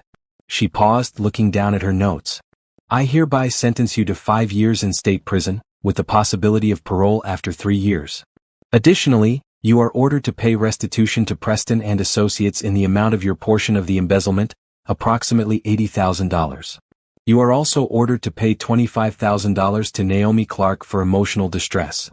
Brittany swayed. Her lawyer caught her arm. 5 years. She'd be in her mid-30s when she got out, her youth gone, her reputation destroyed. Furthermore, Judge Hendricks continued, you are prohibited from contacting Ms. Clark or any member of her family for the rest of your life. Any violation will result in additional criminal charges. The bailiff led Brittany away. She didn't look back at me this time. Just stared straight ahead, tears streaming down her face. Outside the courthouse, reporters mobbed us again. This time, Patricia let me speak. Justice has been served, I said simply. Trevor Clark and Brittany Sanders betrayed not just me, but everyone who trusted them. I hope this case serves as a reminder that actions have consequences. Thank you. Short. Professional. Dignified. Just as Patricia had coached me. But one reporter pushed through the crowd. Miss Clark, do you feel that revenge was worth it? You've spent considerable time and money to prosecute these people. Was it worth it? I stopped, considering the question. Was it worth it? The months of pain? The emotional toll? The fear and anger and obsession? This wasn't revenge, I said finally. This was accountability. There's a difference. Trevor and Brittany committed crimes. They would have gotten away with it if I hadn't fought back. I don't regret making sure they faced justice. I regret that I had to. The reporter pressed on. But the emotional cost. The emotional cost was inflicted when my husband abandoned me at my most vulnerable, I interrupted. Everything that's happened since has been me healing and rebuilding. If that looks like revenge to you, maybe you should examine why holding people accountable feels so threatening. Harrison pulled me away before the reporter could ask more questions. That was perfect, he said as we climbed into his car. Absolutely perfect. But I felt hollow. Brittany was going to prison. Trevor was already there. I'd won every battle. So why did it feel so much like losing? That evening, I finally moved back into my grandmother's house. The restoration was complete. Every detail perfect. The hardwood floors gleamed. The walls were painted in soft colors that matched my memories. My grandmother's furniture was exactly where it belonged. Even the rose bushes were blooming, pink and white flowers filling the garden with fragrance. I walked through each room slowly, touching familiar surfaces, remembering. My grandmother baking cookies in the kitchen. Teaching me to sew in the spare room. Reading to me on the couch. This house held 27 years of memories, and now it was truly mine again. I'd won. Trevor and Brittany had tried to take this from me and I'd fought back and won. But standing in my grandmother's living room, surrounded by her things and her memory, I finally broke down. I sank onto the couch and sobbed. Not from sadness. Not from anger. Just from sheer exhaustion. I'd been fighting for months. Fighting to walk. Fighting to reclaim my property. Fighting to expose Trevor and Brittany's crimes. Fighting to survive. And now the fight was over and I didn't know who I was without it. My phone rang. Dr. Mitchell. Hey, I answered, my voice rough from crying. Are you okay? He asked immediately. I saw the sentencing on the news. I don't know what I am, I admitted. I won, Jerome. I got everything I wanted. So why do I feel so empty? Because revenge doesn't fill the hole they left, he said gently. Justice, accountability, whatever you want to call it. It's necessary. But it's not healing. That's different work. I don't know how to do that work, I whispered. Then let me help you, Jerome said. You've spent months being strong, being fierce, being unbreakable. Maybe it's time to let someone take care of you for a while. I don't need taking care of, I said automatically. Everyone needs taking care of sometimes, Jerome countered. Even warriors. Especially warriors. Naomi, you've been fighting alone for so long. You don't have to anymore. I closed my eyes, feeling more tears slip down my cheeks. I don't know how to not fight. I'll teach you, he promised. Same way I taught you to walk. One step at a time. If you'll let me. Okay, I whispered. Okay. We talked for an hour. About nothing important. About his daughter's latest school drama. About a patient who'd made him laugh that day. About the weather. Ordinary things that made me feel human again instead of just a weapon pointed at my enemies. When we finally hung up, I felt lighter. Not healed. Not whole. But less broken than I'd felt in months. The next week, I returned to Preston and Associates. The company was stabilizing under my ownership. I'd brought in new management, implemented new oversight procedures, and repaired relationships with clients who'd been burned by Trevor's theft. It was exhausting work, but satisfying in a way the revenge hadn't been. I was building something instead of tearing down. Creating instead of destroying. One afternoon, my new CFO came to my office with a report. Miss Clark, I've identified several other accounts where Mr. Clark made unauthorized transfers. It's possible he stole even more than we thought. I looked at the report, feeling nothing. Once this would have enraged me. More evidence of Trevor's betrayal. More fuel for my hatred. Now I just felt tired. File it with the prosecutor, I said. Make sure it's added to his restitution obligations. But I don't need to see the details. Just handle it. Trevor was brought in from prison wearing an orange jumpsuit, hands cuffed. He'd lost weight. His face was gaunt, with dark circles under his eyes. Prison clearly wasn't treating him well. When he saw me, something flickered in his expression. Shame maybe. Or just defeat. I felt nothing looking at him. Not anger. Not satisfaction. Not even pity. He was just a stranger now. A person I used to know who'd made terrible choices and was paying for them. Judge Hendricks presided over the divorce hearing. She'd handled Brittany's trial too, and I could see recognition in her eyes when she looked at me. This is a divorce petition filed by Naomi Clark against Trevor Clark, she began. Mr. Clark has been convicted of embezzlement, fraud, and forgery. He is currently serving a 7-year prison sentence. Ms. Clark is seeking full dissolution of the marriage, division of assets, and compensation for damages. Mr. Clark, do you have legal representation? Trevor's public defender, a tired-looking woman in her 40s, stood. Yes, Your Honor. My client is prepared to proceed. Patricia presented our case methodically. The adultery. The abandonment. The attempted theft of my house. The years of lies and embezzlement. She painted a picture of a man who'd systematically betrayed everyone who'd trusted him, including his wife. Then came the asset division. This was what I'd been waiting for. Ms. Clark is seeking sole ownership of the marital home located at 1247 Maple Street, Patricia said. This home was inherited by Ms. Clark from her grandmother and was improperly placed in joint ownership due to Mr. Clark's coercive manipulation. Furthermore, the property has been damaged by Mr. Clark's negligence and requires extensive restoration, which Ms. Clark has already paid for. We're also seeking reimbursement for these restoration costs. Trevor's lawyer objected weakly. Your Honor, regardless of how the property was acquired, it was joint marital property. Mr. Clark is entitled to half its value. Judge Hendricks looked skeptical. Mr. Clark abandoned his wife in a hospital bed while she was paralyzed. He brought his mistress to serve divorce papers. He attempted to coerce her into signing over power of attorney when she was medically vulnerable. And now he wants half the value of the house he tried to steal? Ms. James, I suggest you review the legal concept of unclean hands. Trevor's lawyer sighed. Your Honor, my client acknowledges his mistakes. Crimes? Judge Hendricks corrected sharply. He committed crimes, Ms. James? Multiple felonies. This is not a matter of mistakes. Given Mr. Clark's criminal conduct, his attempts to defraud his wife, and his complete abandonment of marital responsibilities, I'm awarding sole ownership of the Maple Street property to Ms. Clark. Furthermore, Mr. Clark will pay restitution for the restoration costs, which according to these receipts total approximately $120,000. Trevor's shoulders slumped. He couldn't even pay his current restitution obligations. This was just another debt he'd carry forever. Patricia continued. Ms. Clark is also seeking compensation for emotional distress. Mr. Clark's abandonment occurred at Ms. Clark's most vulnerable moment. His actions directly caused severe emotional trauma, requiring ongoing therapy and counseling. How much are you seeking? Judge Hendricks asked. $1 million, Your Honor. Trevor's head snapped up. $1 million? That's insane. I don't have that kind of money. Judge Hendricks fixed him with a cold stare. Mr. Clark, you do not speak unless addressed by me directly. And the amount of money you have is irrelevant to what you owe. She reviewed the documentation Patricia had submitted. Medical records showing my depression and anxiety following Trevor's abandonment. Therapy bills. Evidence of the PTSD I developed from the combination of the accident and the betrayal.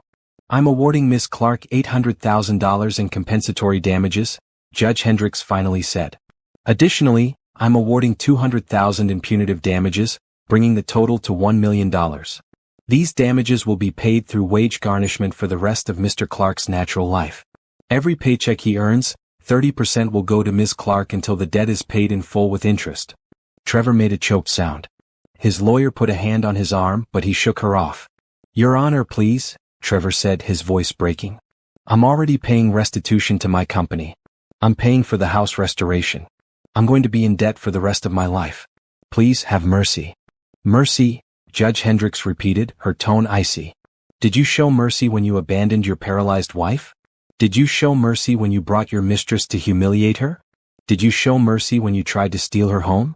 Mr. Clark, you created this situation. You will live with the consequences. She signed the divorce decree with a flourish. Naomi Clark and Trevor Clark are hereby divorced. All joint accounts are dissolved. All joint property is awarded to Ms. Clark. Mr. Clark is prohibited from contacting Ms. Clark for any reason.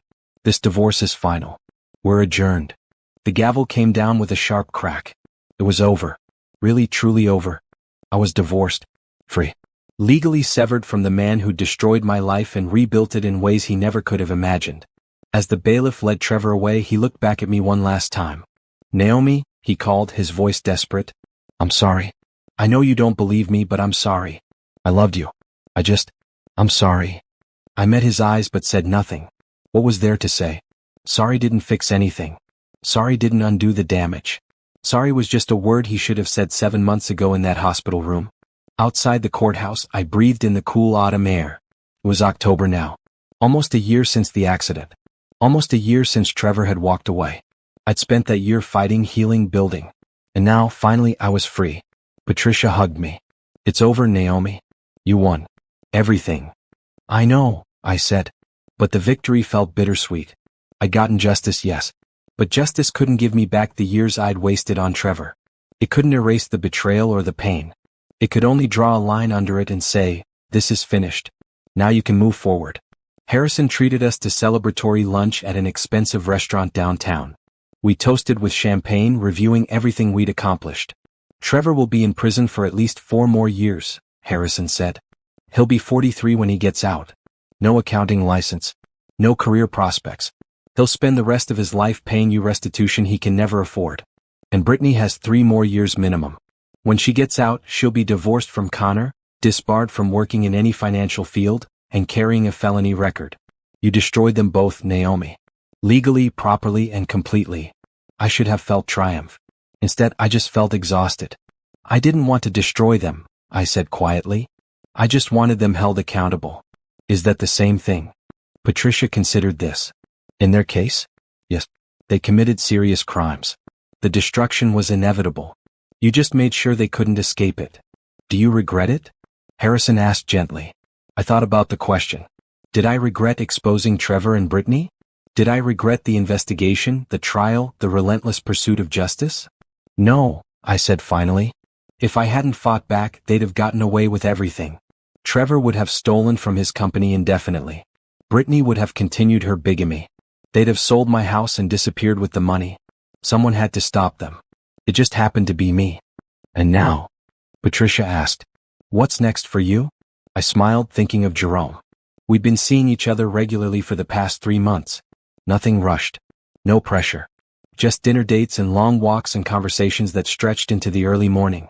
He was patient with my trust issues, understanding when I needed space, supportive when I needed encouragement. I'm going to build something new, I said. Clark Accounting is growing.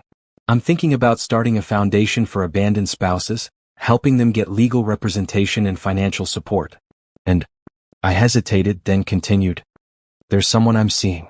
Someone good. Patricia grinned. The physical therapist? How did you know? I'm a lawyer. I notice things. Like the way you light up when you talk about your therapy sessions. Or the way you check your phone constantly for messages. She raised her glass. To new beginnings. To justice. And to love, whenever we're lucky enough to find it again. We clinked glasses and I felt lighter than I had in months. That evening, Jerome picked me up for dinner. I told him about the divorce being finalized. How do you feel? He asked, holding my hand as we walked along the waterfront. Free, I said honestly. Like I can finally breathe again. Trevor was the last legal tie to my old life. Now he's gone and I can actually move forward. I'm proud of you, Jerome said. Not just for winning. For surviving. For refusing to let what happened break you. I had good help, I said, squeezing his hand. I couldn't have done any of this without you. You could have, Jerome said. But I'm glad you didn't have to. We stopped at a bench overlooking the water, watching the sunset paint the sky in shades of orange and pink. It was beautiful, peaceful, perfect. Naomi, Jerome said, turning to face me. I know we've been taking things slow. And I'm happy to keep taking it slow for as long as you need. But I want you to know something. I'm falling in love with you. Not with who you were or who you're becoming. With who you are right now in this moment. Strong and fierce and vulnerable and real. I love you. My breath caught. No one had said those words to me in years. Trevor certainly hadn't, not in any way that mattered. I'm scared, I admitted. I'm scared of trusting someone again. Scared of being hurt. Scared of making the same mistakes. I know, Jerome said gently. And I'm not asking you to stop being scared. I'm just asking you to try anyway. Take a chance on me. On us. See where it goes. I looked at this man who'd helped me learn to walk again. Who'd supported me through the trials and the divorce. Who'd never pressured me or tried to fix me, but had simply been there, steady and patient and kind. Trevor had called me broken. Worthless. Unable to be a real partner. But Jerome saw something else. He saw strength. Courage. Worth. And maybe, just maybe, he was right. I'm falling in love with you too, I whispered. It terrifies me. But I am. Jerome smiled, that gentle smile I'd come to cherish. He kissed me softly, sweetly, like I was something precious instead of something broken. When we pulled apart, I felt tears on my cheeks. Happy tears this time. Hopeful tears. I'm proud of you, Jerome said again. Not just for beating them. For letting yourself heal. For choosing to try again. That night, lying in bed in my grandmother's house, I thought about everything I'd lost and everything I'd gained. Trevor had tried to destroy me. Instead, he'd freed me. Freed me from a bad marriage. From a man who'd never deserved me. From a life I'd been settling for without realizing it. Yes, the price had been high. The pain had been terrible. The road back had been long and exhausting. But I'd made it. I'd walked through fire and come out stronger on the other side. Trevor was in prison. Brittany was in prison. I was free, wealthy, successful, and falling in love with a man who actually deserved me. If that wasn't victory, I didn't know what was. 6 months after the divorce, Forbes magazine requested an interview. I initially declined, but Patricia convinced me otherwise. You're a story people need to hear, she said. Woman left paralyzed and abandoned by her husband becomes a multimillionaire business owner who rebuilds her life. That's inspirational, Naomi. That helps people who are going through similar situations. So I agreed. The interviewer, a sharp woman named Rachel Torres, met me at my office at Clark Accounting. The company had grown significantly under my leadership. We'd absorbed 3 smaller firms, expanded into financial consulting, and built a reputation for ethical, transparent business practices. Everything Trevor hadn't been. Miss Clark, Rachel began, her recorder running. 7 months ago, you were left paralyzed in a hospital bed while your husband divorced you for his secretary. Now you're one of the most successful business owners in the state. How did you do it? I considered my answer carefully. The truth was complex.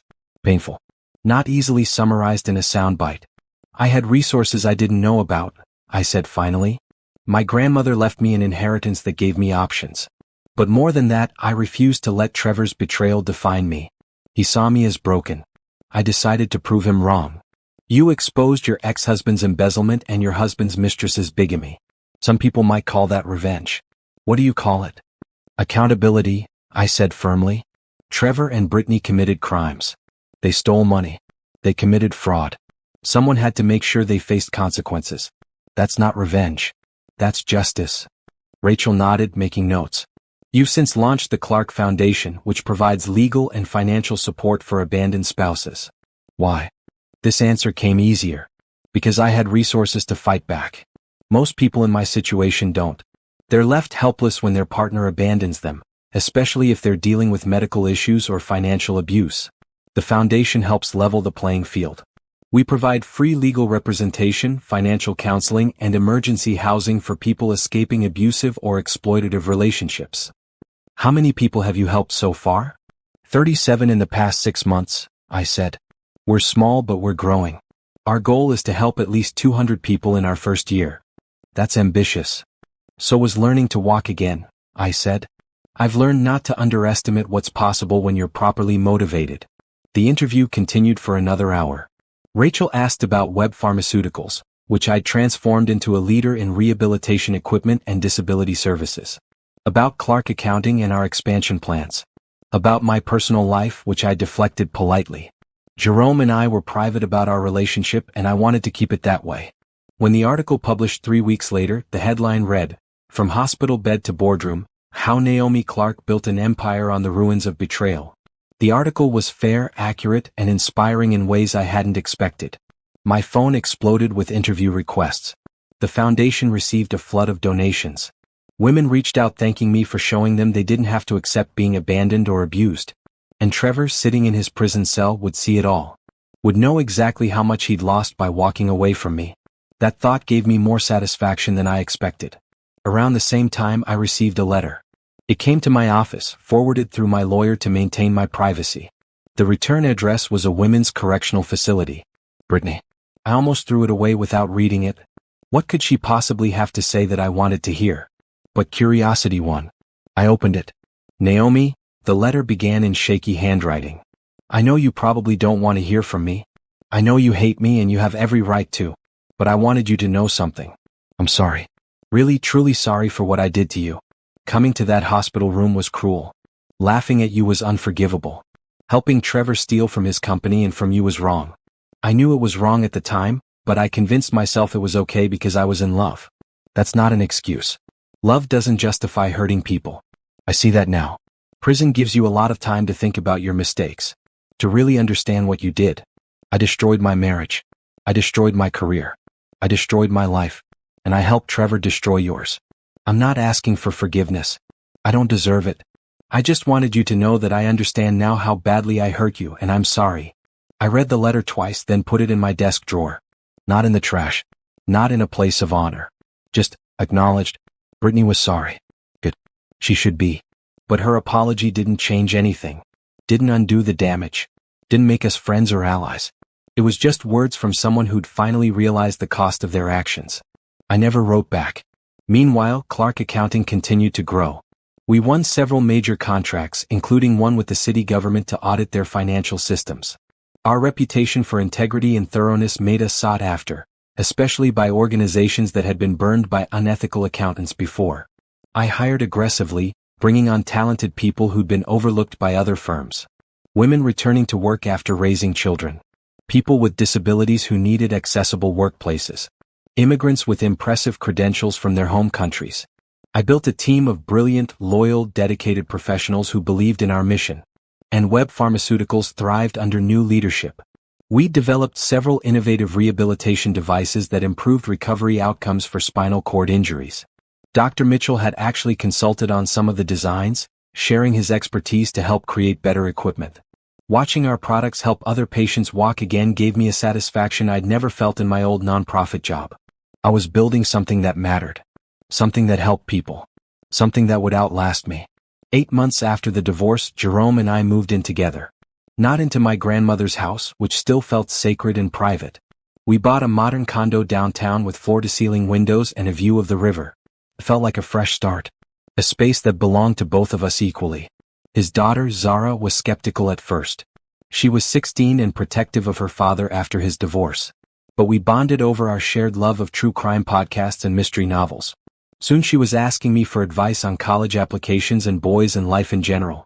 I'd never thought of myself as a stepmother, but I found I didn't mind the role. We were building a family.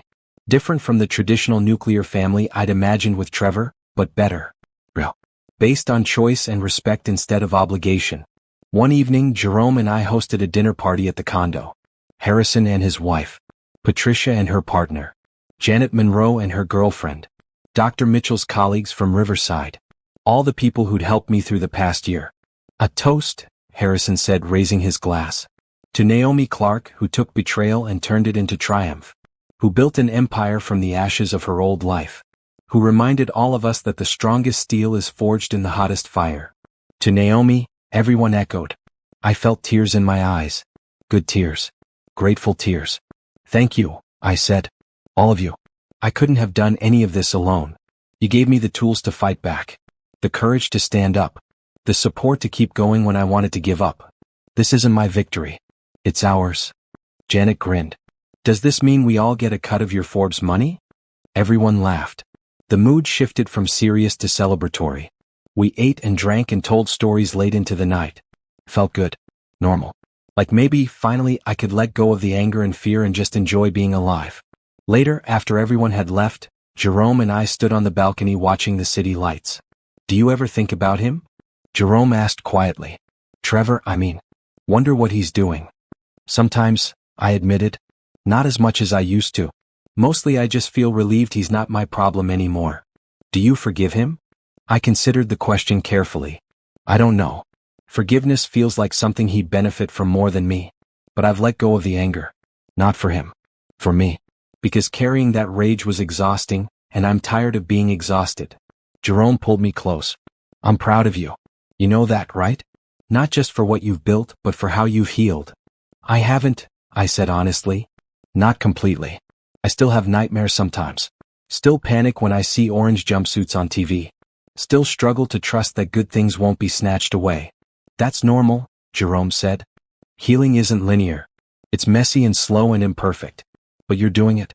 That's what matters. I leaned into his warmth, feeling safe. I love you, I said. I know I don't say it enough, but I do. You saved me, Jerome. Not from Trevor. From myself. From giving up and becoming bitter. You showed me I could still trust someone. Still build something real. You saved yourself, Jerome corrected gently. I just held your hand while you did it. That night, lying in bed, I thought about where I'd been a year ago. Paralyzed. Abandoned.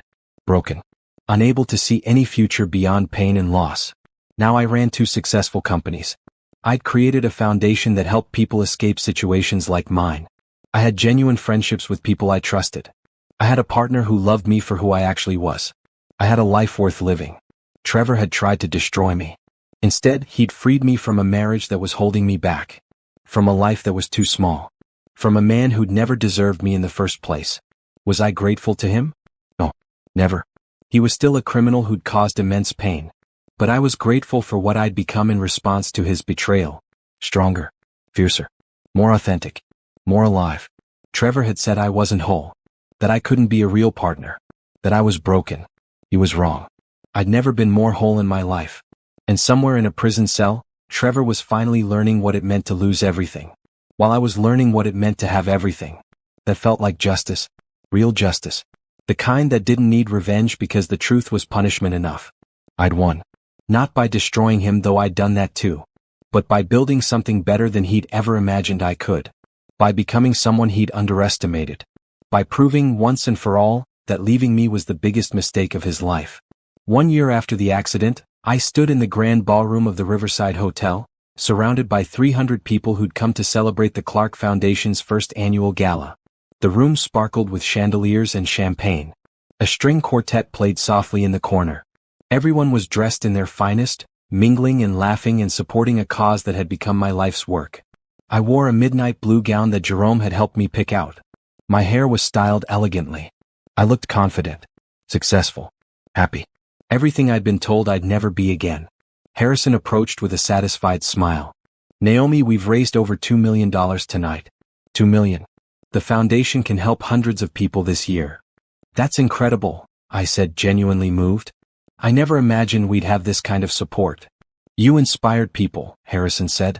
Your story matters. It gives people hope. Patricia joined us, elegant in a black cocktail dress. The mayor's here. She wants to meet you. Something about a city contract for disability services. I think Webb Pharmaceuticals is about to get very busy. I laughed. I'll talk to her. But first, I need to give my speech. The room quieted as I took the stage. 300 faces turned toward me, expectant and supportive. I saw Jerome in the front row, beaming with pride. Janet beside him, raising her glass. Dr. Mitchell and his colleagues from Riverside. My employees from Clark Accounting. Board members from Webb Pharmaceuticals. All the people who'd helped me build this new life. Thank you all for coming tonight, I began, my voice steady and strong. A year ago, I was in a hospital bed, paralyzed and abandoned by the person I thought I'd spend my life with. I was told I might never walk again. That I'd need constant care. That my life as I knew it was over. I paused, letting the weight of those words sink in. I'm standing here tonight to tell you that the people who write off survivors are wrong. Dead wrong. Yes, terrible things happen. Yes, we get hurt and broken and betrayed. But we don't have to stay broken. We can rebuild. We can transform. We can become stronger than we ever thought possible. Applause started, but I raised my hand. The Clark Foundation exists because I had resources most people don't. I had money, lawyers, and time to fight back. But so many people in similar situations have none of those things. They're trapped in abusive relationships. They're abandoned while vulnerable. They're exploited by people they trusted. The Foundation's mission is simple. We level the playing field. We provide the resources people need to escape, to fight back, to rebuild. Because everyone deserves a second chance. Everyone deserves justice. More applause, louder this time. I saw people wiping their eyes. Tonight, we've raised enough money to help over 300 people this year. 300 lives we can change. 300 stories we can rewrite. That's not just my victory. It's ours. All of ours. Thank you for believing in this mission. Thank you for standing with survivors. And thank you for proving that hope is stronger than betrayal. The room erupted in applause. People stood cheering. I felt tears threatening, but I blinked them back. This wasn't a moment for crying. This was a moment for celebrating how far we'd all come. After the speech, I mingled with guests. The mayor did indeed want to discuss contracts. Several wealthy donors pledged ongoing support. Local news crews interviewed me about the Foundation's work. It was exhausting and exhilarating in equal measure. Finally, near midnight, Jerome found me on the balcony taking a break from the crowd. "There's the woman of the hour," he said, handing me a glass of champagne. "I needed a minute," I admitted. "It's overwhelming. All these people, all this support. Sometimes I still can't believe this is my life." "You created it," Jerome said simply. "This is what happens when you refuse to give up." I leaned against the railing, looking out over the city. "Do you ever wonder what would have happened if Trevor hadn't left me? If he'd stayed, been a decent husband?" Jerome considered this. "You'd probably be living a quiet, comfortable life. Still married. Still working at that nonprofit. Still never knowing about your inheritance. Would that have been better?" I wondered aloud. "Only you can answer that," Jerome said. "But I know this. The woman you've become, the strength you've found, the lives you're changing, none of that would exist if Trevor hadn't betrayed you. His cruelty became the catalyst for your transformation." "That doesn't make what he did okay," I said. "No. But it makes it meaningful. You took something terrible and built something beautiful. That's extraordinary." I turned to face him, this man who'd seen me at my lowest and loved me anyway. "Jerome, there's something I've been thinking about." "What's that?" I took a deep breath, my heart racing. "Move in with me. Not the condo. The house. My grandmother's house. I want to make new memories there. Happy ones. With you. If you're willing." Jerome's eyes widened. "Naomi, are you sure? That house is sacred to you. Your grandmother's legacy. Which is exactly why I want to share it with you," I said. "Grandma would have loved you. She always said the right partner lifts you up instead of tearing you down. You've lifted me higher than I ever thought possible. I want to build our future in that house. Create new traditions. Maybe someday raise kids there." Jerome pulled me close, his eyes shining. "I would be honored. Absolutely honored." He kissed me then, deep and passionate, and I felt something settle in my chest. This was right. This was real. This was the life I was meant to have. "There's something else," Jerome said when we pulled apart. He reached into his pocket and pulled out a small velvet box. My breath caught. "Jerome. I know it hasn't been that long," he said quickly. "And I know you've been through hell and probably aren't ready. But I had to tell you, show you how serious I am about us. About our future. Naomi Clark, you're the strongest, bravest, most incredible woman I've ever known. You've transformed pain into power. You've built an empire from ashes. And somehow, miraculously, you've decided to trust me with your heart. I don't take that lightly. I will spend every day for the rest of our lives proving I deserve that trust." He opened the box, revealing a stunning sapphire ring surrounded by diamonds. "You don't have to answer now. Hell, you don't have to answer for a year if you're not ready. But I want you to know, I'm all in. Completely. Forever. When you're ready, if you're ever ready, I want to marry you." Tears streamed down my face now. Happy tears. Hopeful tears. The kind of tears that come when you realize you found something real after everything fake. "I'm ready," I whispered. "I thought I wouldn't be, but I am. Trevor broke something in me, but you helped me fix it. Not by being perfect, but by being real. By seeing me as whole when everyone else saw me as broken. Yes, Jerome. Yes, I'll marry you." He slipped the ring onto my finger, his hands shaking. "Really? You're sure?" "I've never been more sure of anything," I said, laughing through my tears. "You're nothing like Trevor. You're kind and patient, and you actually love me. The real me, not some idea of who you want me to be. How could I not want to spend my life with you?" Jerome kissed me again and I felt complete. "Oh, ready for whatever came next. Inside the ballroom, someone had noticed us through the windows. Suddenly the crowd was cheering, pressing against the glass to see. Word spread fast. Patricia was crying. Harrison was clapping. Janet whistled loudly, making everyone laugh. We went back inside to another round of applause. This night had started as a celebration of the foundation's success. Now it was also celebrating our engagement, our future, our love. To Naomi and Jerome, someone called, raising a glass. To second chances, another voice added. To proving the doubters wrong, Janet shouted, making everyone laugh. I stood there surrounded by people who genuinely cared about me, with my fiancé's arm around my waist and a future stretching ahead full of possibilities, and I finally felt it. Real happiness. Not the fragile kind that depends on nothing going wrong. The deep kind that survives storms because it's built on solid ground. Later that night, as Jerome and I drove home to our condo, I thought about Trevor. He was still in prison, would be for 3 more years. He'd lost everything. Career, reputation, freedom, money, me. Did I feel sorry for him? No. He'd made his choices. Now he lived with them. Did I hate him? Not anymore. Hate took too much energy. I'd rather spend that energy building something good. Did I forgive him? That was complicated. Forgiveness felt too generous for what he'd done.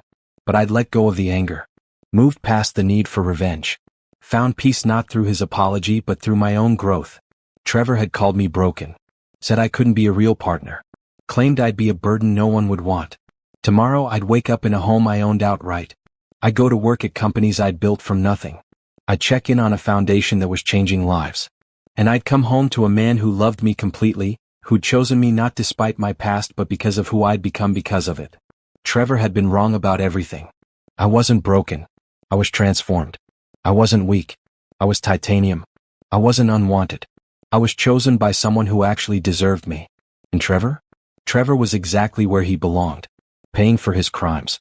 Watching from behind bars as I built the life he'd never believed I could have. That wasn't revenge. That was justice. That was karma.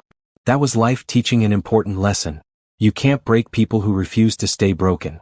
3 months later, Jerome and I married in my grandmother's garden, surrounded by blooming roses and the people who'd helped us both heal. It was small, intimate, perfect. No fanfare. No grand gestures. Just 2 people who'd found each other at exactly the right time, promising to build a future together. Dr. Mitchell officiated, which felt appropriate. He'd been there from the beginning after all. Harrison walked me down the aisle. Patricia was my maid of honor. Janet documented everything with her investigator's eye for detail. Zara stood up as Jerome's best woman, proud and happy that her father had found love again. When Jerome and I exchanged vows, I spoke from the heart. A year and a half ago, I thought my life was over. I was paralyzed, abandoned, and alone. You helped me walk again. But more than that, you helped me live again. You showed me that trust was still possible. That love could be real. That I deserved to be chosen. I choose you, Jerome. Today. Tomorrow. Forever. Jerome's vows were simple. Naomi, you're the strongest person I've ever met. You took betrayal and built an empire. You took pain and created purpose. You took a broken heart and learned to love again. I promise to be worthy of that love every single day. To lift you up when you're down. To stand beside you when you're strong. To build a life with you that's better than anything we could create alone. We kissed as husband and wife, and the small crowd erupted in cheers. This was happiness. Real. Earned. Built on honesty and respect and genuine love. The reception was held in my grandmother's living room. We danced. We laughed. We celebrated not just our marriage but the journey that had brought us here. At one point, Harrison pulled me aside. Your grandmother would be so proud of you, Naomi. You took her legacy and multiplied it. You used her gift not just to rebuild your own life but to help others rebuild theirs. That's extraordinary. I hope she'd be proud, I said softly. I hope she knows I didn't let them break me. She knows, Harrison said with certainty. Wherever she is, she knows. As the sun set, Jerome and I stood in the garden where we just married, looking at the house that had been witness to so much pain and now so much joy. Are you happy? Jerome asked. Deliriously, I said honestly. I never thought I'd feel this way again. Safe. Love. Home. This is just the beginning, Jerome promised. We have decades ahead of us. Decades to build our life together. I can't wait, I said, and I meant it. Later that night, after all the guests had left, Jerome and I sat on the porch swing my grandmother had installed 40 years ago. The night was cool and clear. Stars filled the sky. The scent of roses drifted on the breeze. Do you think Trevor knows? Jerome asked quietly. About all this? About the foundation and the companies and us? Probably, I said. News travels. I'm sure someone's told him. Or he's seen articles. How does that make you feel? I considered the question carefully. I hope he understands now what he lost. Not the money or the house or the career. Those are just things.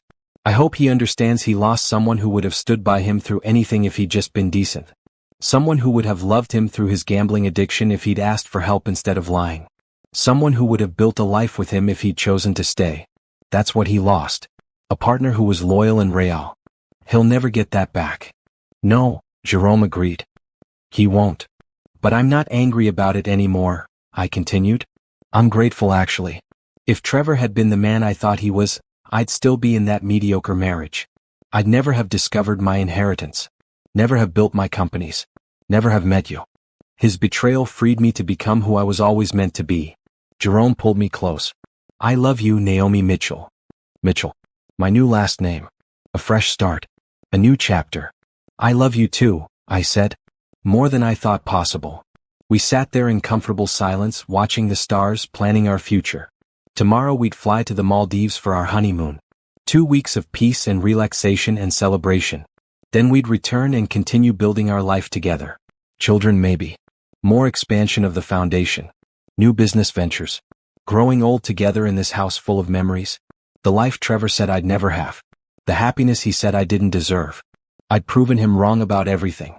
And somewhere in a prison cell, Trevor was finally understanding the magnitude of his mistakes.